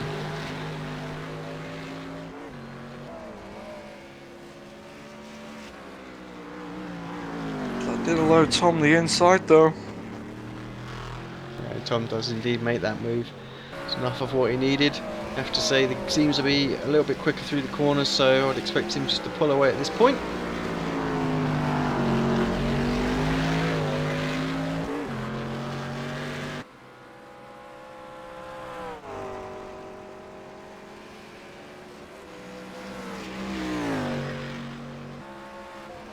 So that's Tom up into P9. I'm sure he'll not mind me calling him that. I have Rube trying to make his way through some traffic. Got Nick Johnson in front. A very beaten up Kia. Yeah, take your time there, Roop. No need to throw anything away now, 2 minutes to go. Obviously Nick 3rd in class as well, won't want to have anything happen. I have to say, Nick's skin, I really like that, the K&N filter car there.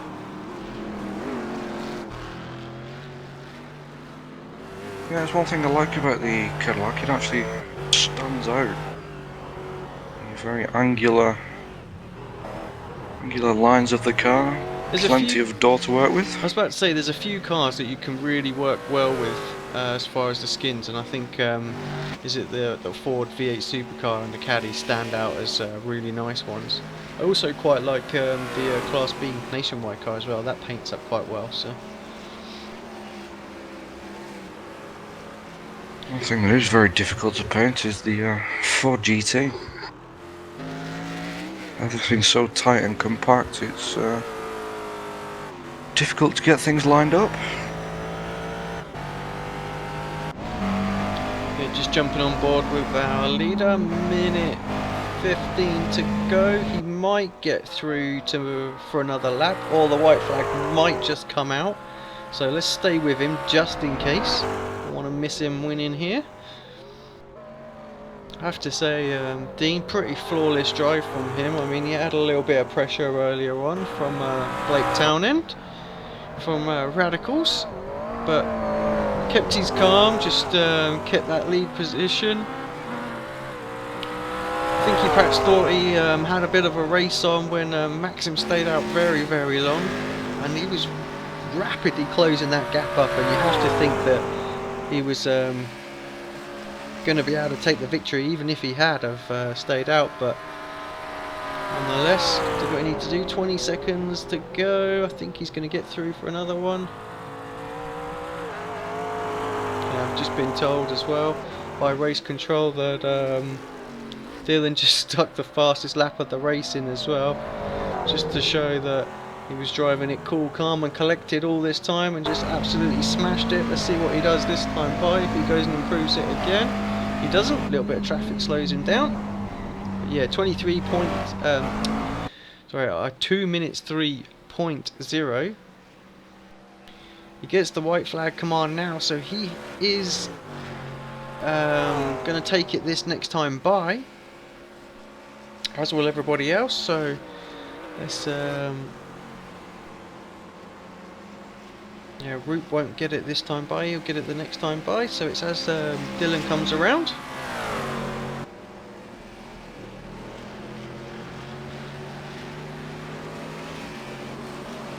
Yeah, Dylan's showing what he can do on his home track. Yeah, very fitting for an Australian to win an Australian race. It's been a very friendly time for him as well. Usually the Aussies have to stay up ridiculously late, or I mean, although I think time will be ticking on now, or they have to get up crazy early in the morning, so it's nice to see Neo putting it out there and doing one a little bit earlier on. Let's see if we can get a time off our resident Australian, Mr. Noble.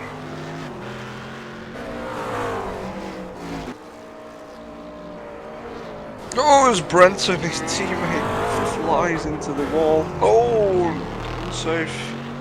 Coming back on. There's always a bit of drama on the last lap, isn't there? I think Dylan just, well, I think he just thanked somebody there that he managed to survive that. Nothing happened. That would have been an absolute gutting end to the race. Should he got caught up in that. Dylan's going to just navigate the chase this last time into Murray's corner. Take this victory here for the final event of the Neo Endurance Series 2013. Dylan Sharman, fantastic race. What a winner. MP4 celebrates in style. Let's see if we don't get a little donut or something through him. Let's jump back and find where Maxim is coming down the back straight now. Again, you have to say, Dean, another great drive from him.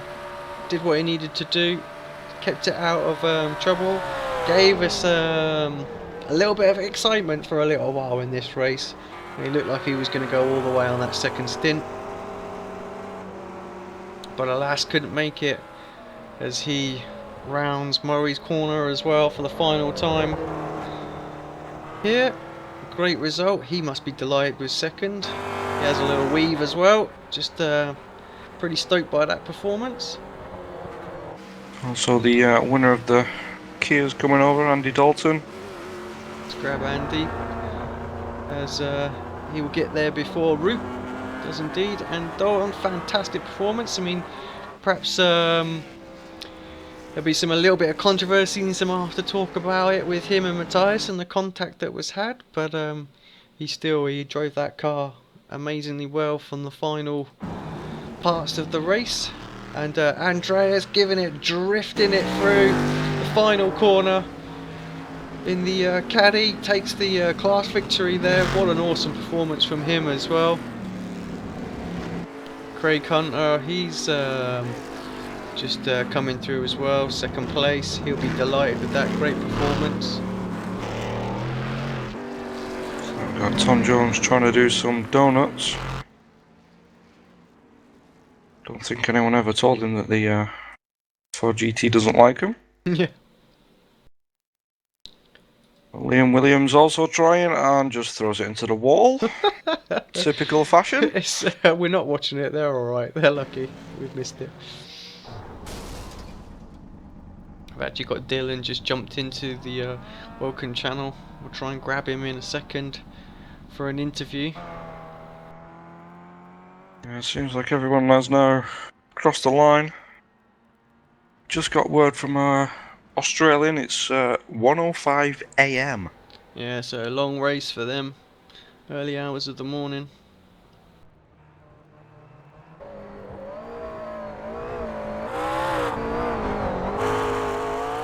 Yeah, just the last of the drivers just finishing off their laps.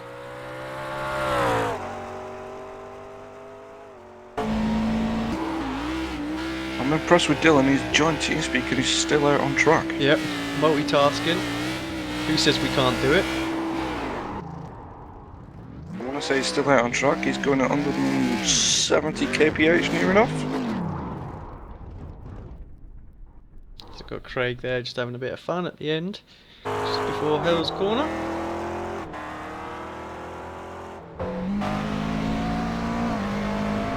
Yeah, just wait for everyone to settle in. We'll go for a very quick advert break and we'll be back, and we'll do a couple of interviews.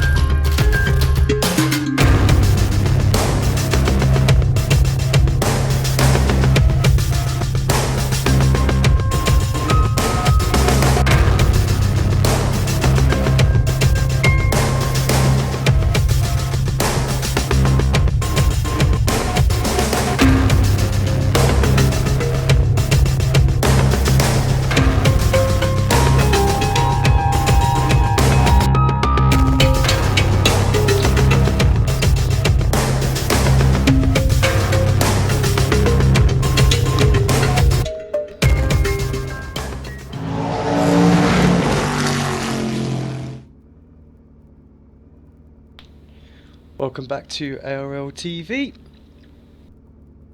post-race show. Hopefully we'll catch up with a couple of drivers in a moment, just having a little chat in the welcome channel. I'm sure when Dean's back he'll go and grab him down. Or grab him up, as it would be.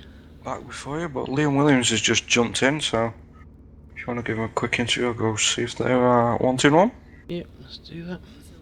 Hi Liam, we'll drag you up, first person in the interview channel. Congratulations first in making it the full 3 hours. Tell us a little bit about the rest of your race.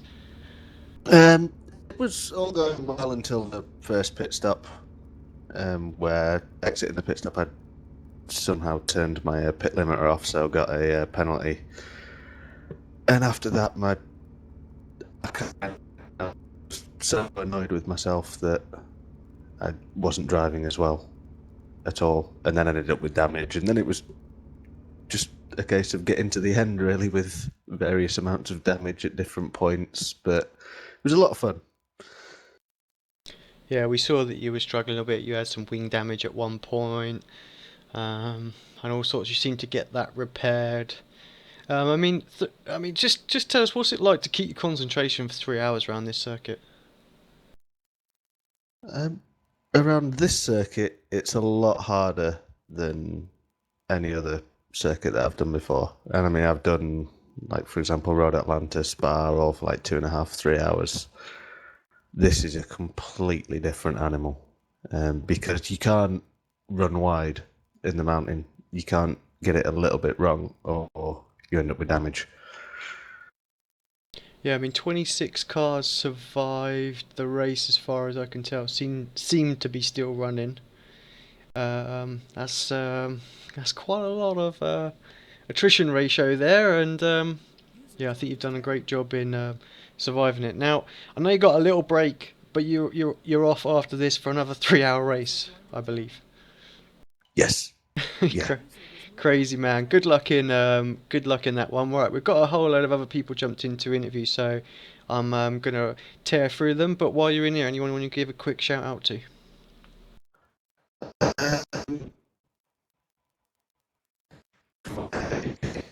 Because you're the team principal and you'll kill me otherwise. Yeah, everybody who helped run the Neil, Neil and Egil have done an absolutely fantastic job. And yeah, I mean, everybody who participated, it was just a great race. Cool. Thanks, Liam. We'll catch you next time. I'm sure you'll be back for the 2014 season. Oh yeah, definitely. User was moved out of your channel. Right, I might interrupt him in mid-conversation, but let's bring him up anyway. Our race victor today, Dylan Sharman. What a fantastic drive by you, sir. Congratulations. Tell us a little bit about your race. Yeah, cheers guys. Yeah man, it was definitely a hectic race, that's for sure. At the start, had Blake all over me and lapping through the Kias on the first time. Me and Blake were just nose to tail and just trying to get through them was quite insane, but when he sort of fell away and then the caution came out, it bunched us all up again, and I was contemplating whether or not to fill it up and go to the back because it would save me a pit stop, or stay out in front. So I decided to stay out in front, but yeah, made a few big errors which sort of cost me a bit, but lucky quick toe helped me out there, that's for sure. Well, we had about half an hour to go, and obviously Maxim was still out there. You were pushing hard to close that gap. What was your thoughts there? Do you think he was going all the way to the end, or? No, because I think it was in the second stint I smashed the wall pretty hardcore trying to avoid a wreck, and I decided to run a few extra laps because he was in traffic, which sort of in the end helped me. And then I pitted and got that quick toe, and then sort of I was about halfway through the stint, so I always knew he had to put in about 40-50 litres in his final stop, where I had to take a whole 100 litres. So I was just pushing as fast as I could to get around about under maybe 25 seconds, because that's what it would take to fill it up 50 litres. So yeah, as long as I was within that 25-second bracket, I was pretty comfortable to jump him in the final stop. Well, home race as well, so you must be delighted to win it on your own soil, so to speak. I mean, Just tell us. I mean, we spoke to Liam just a minute ago about how tricky this track is to drive, but for a 3-hour endurance race, how do you sort of set yourself up for a race like this at this venue? Oh, it's more mental, I guess. It's you can be as fast as you like, but you got to play strategy. Like you just got to try and pick your spots where to pass people because stages during the race, you'd come up behind a Kia or even a Cadillac or something, and if you couldn't get by them across the top, you're instantly down 4 seconds. So yeah, you just had to pick your spots, and just it was more mainly mental than what it was speed wise. So yeah, just drained you, that's for sure. I take it you're going to be back next season when they do some more of these endurance races. I know this one works quite nicely for your time zone, so I guess you'll give a big shout out to trying to do some more around this sort of time. Oh, definitely. No, yeah, it's definitely a good thing. Obviously, I did that Zolder race, and that was at 4 a.m. and that really just went haywire. But yeah, definitely, we started the race here at 9 p.m. and had quite a few Aussies racing. So no, it was good, and I'll definitely be back. I think they're going to do something a bit different next year, sort of have like a championship or something, I think. But hopefully, driver stops come in and we can do longer races. Yeah, indeed. While you're in here, mate, anyone you want to give a shout out to? Oh, just the team for helping me set the car up, and thanks to Neo for hosting the event at a nicer time, and thanks to ARL-TV for broadcasting the race because it was a really nice one. Cool, thanks, mate. Go and enjoy your victory, and we'll catch up with you next time on track. Yeah, thanks, guys. Take care. User disconnected from your channel. Right, Dylan Sharman there. Victor today, MP4. Dean, we've got Andrea up. We'll grab him. Obviously, Victor in the Cadillacs. So, hello, my friend. Welcome to the comms box. Hello. Congratulations first and Thank you. foremost even. It's been a long broadcast. Sorry, I'm tongue-tied. It's been a long race. Indeed. Yeah, great race from you today. You're pretty comfortable at the end there. Obviously, I thought Craig was going to pit one more time, but he didn't. But you still had the march on him at the end. Yeah, I thought the same, so I was kind of nervous. But I mean, just tell us a little bit about the race from your point of view. I mean, you were out front for the most part, mixing it up with the Ford GTs and the MP4s out there. I mean, it's quite a difference from the normal multi-class where there's quite a gap in the different classes. So just tell us how that changed your approach today. For some reason the grid was not gridded by time, but in class instead. So I was way behind in the grid and had to overtake a lot of slower Fords. That was a challenge. And I think 2 or 3 times there was someone spinning in front of me that could have ended my race. So I guess I was pretty lucky. But it was quiet, if you can say that, the rest of the race. Yeah, I mean, we obviously saw quite a lot of accidents here today. So, I mean, the track itself, we saw the first caution with everyone getting stuck behind there. I mean, did that change your approach to the race after that caution and knowing that something like that could happen again? It changed my approach because I was almost certain I did not have enough fuel for only 2 pit stops. But with the caution, I could easily make it. So that was nice. I just pushed after that. Well, we saw that the caddies could go quite a bit further into the race than the others as well. So, I mean, you managed to even get 4th place overall as well. So, I mean, a fantastic job by you today. I just wanted to ask one question. You had quite a long last stop. Did you have any sort of like speeding penalty or anything like that? Because we were a bit surprised when obviously Craig was just behind you after that final stop. I had to go to the toilet, so that was hectic. I'm sorry for asking, but yeah, no. So that's pit stop extraordinaire then. So quick in and out. Well, well done again today. Anyone you want to give a shout out before I let you go? I guess the new guys, they did a great job as usual. Well, thanks very much, mate. We'll see you again next year for the races, I hope. Yeah, for sure. All right, Andrews. Cheers, mate. See you then. See ya. User was moved out of your channel. Right, let's In in the the McLaren. let's grab up Andy. I'm sorry, I think I've grabbed him in mid conversation there. So Andy Dalton, well done, mate. Congratulations on victory in the Kia class today. Tell us a little bit about your race, how it panned out. The second half of the race was pretty good. The first half was I hope it was as fun to watch as it was to drive, because the track was just so congested, especially after the first caution. We were probably fifth. I think I was fifth behind the pace car when we went green, so that meant everybody else on the track was behind us trying to get through. It was hectic. It was crazy, but it was so much fun. I've really enjoyed myself. So thank you to the host of that. We saw you had quite a bit of damage on the left-hand side of the car. I mean, where'd you pick that up? We didn't quite catch it on the broadcast where that happened, but and was it affecting the car at all? It didn't affect the car whatsoever. I had to pit to get 17 seconds of repairs, but if I hadn't have been forced to pit, I wouldn't have pit. I think it was about 8 minutes, unfortunately, about 8 minutes before my second pit stop, and I was coming through the top, and just before the S's, there's the curve on the right side that's quite big and aggressive, and I just got a little too much of it, and it threw me into the inside wall. But luckily enough, it didn't affect the steering of the car whatsoever, so I was able to continue. You had quite a good battle with Matthias for a while. He looked like he had a straight line speed advantage on you. Obviously, he did that, got you going down Conrad Straight.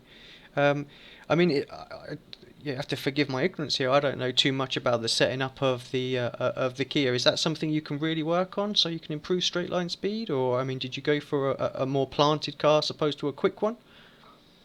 My original setup was probably a little bit quicker in the straight lines, but once we got on the track this morning with the unknown weather conditions, the track felt a little bit cold, a little bit slippery over the top, and I thought for the sake of 3 hours, it was best to put an extra notch of wing on. The Kia is scaled 0, -4 to +4 on the wing setting, so I was running at 1. I could have probably got away with 1, but just to be safe, I'd knocked it up to 2 for the race. So yeah, I was at a bit of a disadvantage in the straights. Yeah, I mean the car I sort of comment the car looked pretty planted through the corners, and you were able to sort of battle in and amongst there. So yeah, I thought perhaps it was just a bit of damage, but yeah, it's interesting to know that the weather perhaps changed your approach. I mean, what was the weather like out there? I mean, how much of an effect does it have on the Kia? I mean, we know some of the high power cars really get affected by it, but the Kia itself with its front wheel drive, how does that play out? I think the track today was around about 9 degrees Fahrenheit colder than during pre-qualifying. So, it makes quite a bit of difference with the car being rear-wheel drive and trying to get the temps into the rear wheels, especially after pit stops. So it's mainly your first couple of laps out of the pits where you're gonna feel at a disadvantage. But I just thought, for the sake of it, I ran a test race yesterday, and I ran the whole 45 minutes up until my pit stop with no incidents. As soon as I came out, I just couldn't complete a lap because the car was just so much different to what I was used to. So I thought, for the sake of safety, and completing the race, just knock it up one, and it seems to have paid off. Well done, mate. Tricky race, 3 hours long. It's impressive just to finish it, but to take home the victory. I mean, 19th overall as well. Just sort of shows what the attrition ratio was like here today. So top 20 in the Kia. You must be delighted when you looked at the lineup to come in there, but take the victory as well. Well done. Anyone you just want to thank or give a shout out to just while you're on air? Yeah, I'd like to thank the team Radical Racing UK. Also my team leader Andy Baker, who was racing today as well, but after taking an incident and too much damage, he then turned into my crew chief, giving me some advice in regards to fuel and stops. So yeah, I'd like to thank him and anybody else that spectated. Thank you. Yeah, cheers, Andy. Well done again, mate, on an impressive victory today in the Kia class. And we look forward to seeing you back next year in some more of these near endurance events. Yeah, thanks a lot, guys. User was moved out of your channel.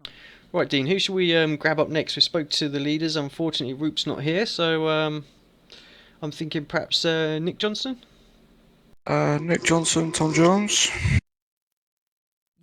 Yeah, let's grab Nick. He's not in mid-conversation, which is all good. Hi, Nick. Welcome to the commentary box. Just looking at the results. Third overall in class. Must be pretty happy with that. Oh, very happy with that. After such a race like that, to finish third on the same lap as the winner in our class, who set an amazing pace. I'm very happy. Yeah, just looking at Andres' fastest lap out there, it's not too dissimilar to what the quickest guys were doing in the GT40. I mean, yourself, you were mixed in and amongst those all race long as well. So just tell us what the race was like from your point of view. You know, racing those guys and some MP4s as well. The difference in straight line speed and how you were quicker perhaps through some of the corners.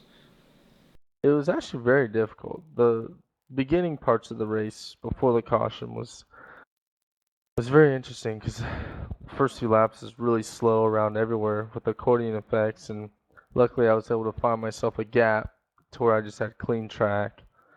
Then the caution came out, and I figured that I was going to pit, take fuel, and see if I could make a short stop later to gain some more track position. And I ended up getting hit by somebody under caution. Luckily, the Cadillac's such a tank that there's no problem. The car was fine. I just drove on. But around other cars is really difficult because the GT was much faster than me in most of the corners. But I had a straight line advantage over most of them.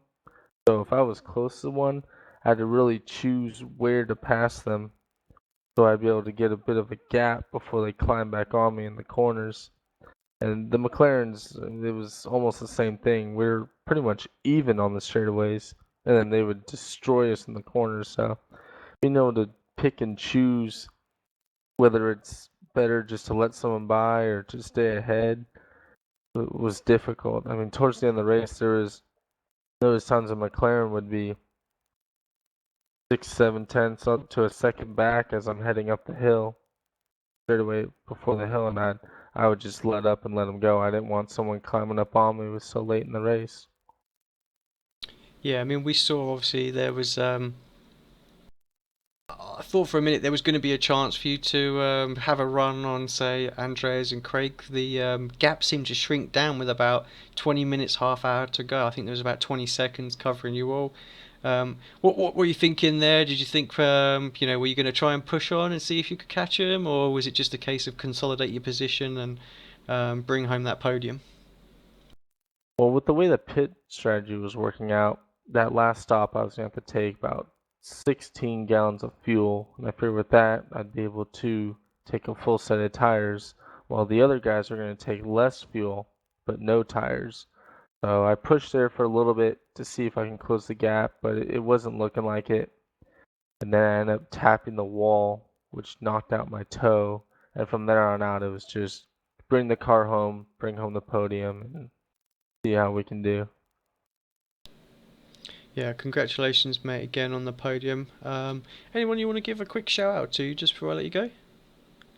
Yeah, I want to thank my race engineer, Derek Cash. He was on with me the whole time, helped me out with fuel strategy and where everyone else was and all that, and it was a great help. Everyone, I was also streaming the race. I don't know if you guys had seen that at all, but I had my webcam up and I was streaming the race. For everyone who watched, thanks for that. And I just want to say this was the most physically and mentally draining race I have ever done. I mean, I've ran the Daytona 2.4 here at iRacing. I've ran Le Mans and other stuff back in NR 2003 where we ran for 24 hours straight and I'd have my 2-3 hour stint, but this was the most. I mean, it probably didn't help. I'm on the East Coast US, so everything started 4:30 a.m. and I was not going to wake up, so I stayed up all night, so that's probably some of it. But I'm completely drained, and I'm supposed to race the Targa in 2 hours time, I'm going to try to get a quick nap in or something. Hopefully don't fall asleep too hard. Well, good luck for that race, mate. Yeah, like you said, get yourself off, have yourself a little cat nap, and yeah, good luck in that race. Congratulations again, P3. Thank you very much. Have a good night. User was moved out of your channel. Right, let's grab up the duo of Tom Jones and Brenton O'Brien. We know these lads well. Obviously, broadcast a few of their events and the V8 Supercar League that they do. Fellas, congratulations to making it to the end anyway. That's first thing. Tell us a little bit about your race today. I guess I'll go first. It's good to see you guys again, by the way. It's been a while. My race started pretty shockingly, really.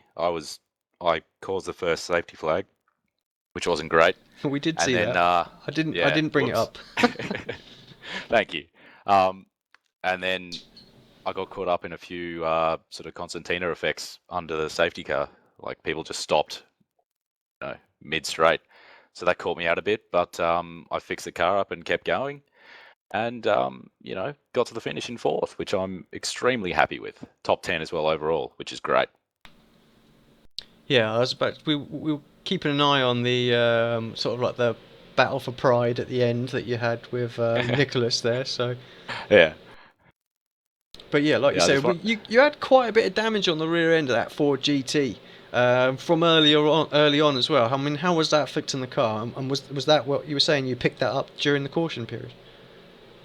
I think that was just after the caution. I got whacked from behind into the last corner from a McLaren, and but it was fine, really. I mean, it didn't affect it too much. It might have had a bit of aero damage, but I was still doing the same times I was before that, really. Yeah, I guess this one was pretty friendly time for you guys to do as well. Being what is it, about 1 o'clock in the morning now? It's ending. So if the Nia guys can do some more around this time, are you guys going to jump in? Oh, I'll be there, absolutely, mate. I had a great time, and I know Brenton and Nobby did as well. So it's just a bit tough at the start with so many cars on the grid. So. Yeah. I don't know. Maybe next time it'd be a good idea to have a few less cars just to stop that sort of chaos. And Brenton, just tell us a little bit about your race, mate. Well, I was by far the slowest in my class. I'll make no illusions about that. I could run my lap times by hourglass, whereas everybody else was running by minutes and seconds. No, seriously, endurance race for me. First time I've driven the GT. I just wanted to plug around, just do consistent laps, and I did. Stayed out of trouble till about lap 65 and got caught up in somebody else's accident, and that put me away for a few laps. But yeah, ultimately, at the end of the day, it's from 40th in qualifying to 17th at the finish. I will take that any day of the week. Yeah, great result. I mean, can I just point out what a great car you were running, and your skin looked lovely today. So good work on whoever did that. Nice to see mixing it up in there. Yep, Matthew Nethercott skid you. I feel like I'm advertising fashion right now. I'm wearing Matthew Nethercott today. No, his skin, mate. He's a fantastic skin maker, and I just came across it the other day. He's put it out there for everyone to use. It's fantastic, and I thank him for putting it up. Yeah, so I mean, obviously 3-hour race, like you say, you made it to the end. You obviously, like you're saying, you were struggling with people coming past here, there, and everywhere. It just goes to show that if you survive, you can come with a good result here. I mean, you just proved the point. You didn't have to be the quickest, and here you are. Decent result in class, decent result overall. You must be really happy actually with that. I mean, you sort of briefly touched on that, but when you looked at the grid that had signed up for this event. I mean, where did you honestly think you were perhaps going to finish?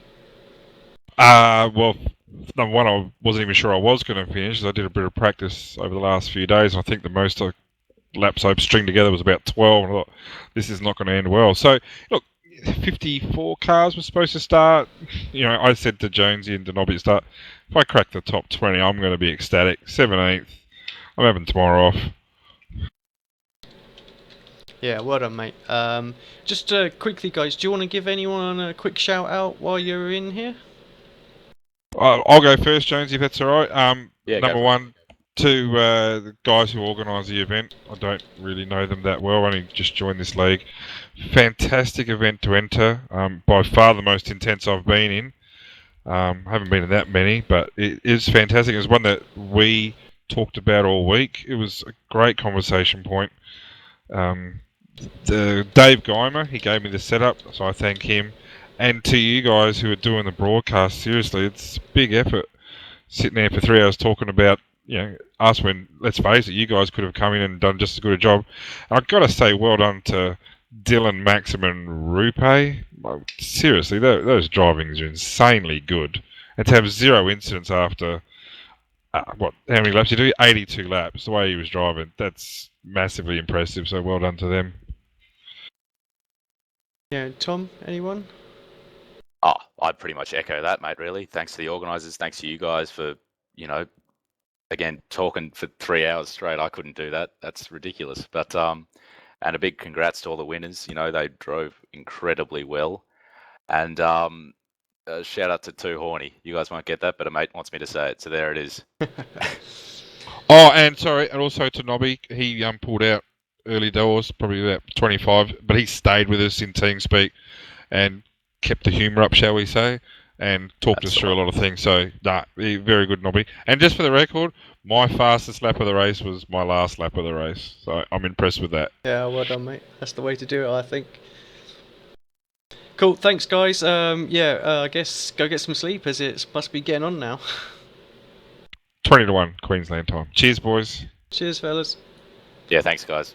User was moved out of your channel. User was moved out of your channel. Right, let's just see if we can just grab Niall up here, see if he is around, stuck around, waited after all the interviews.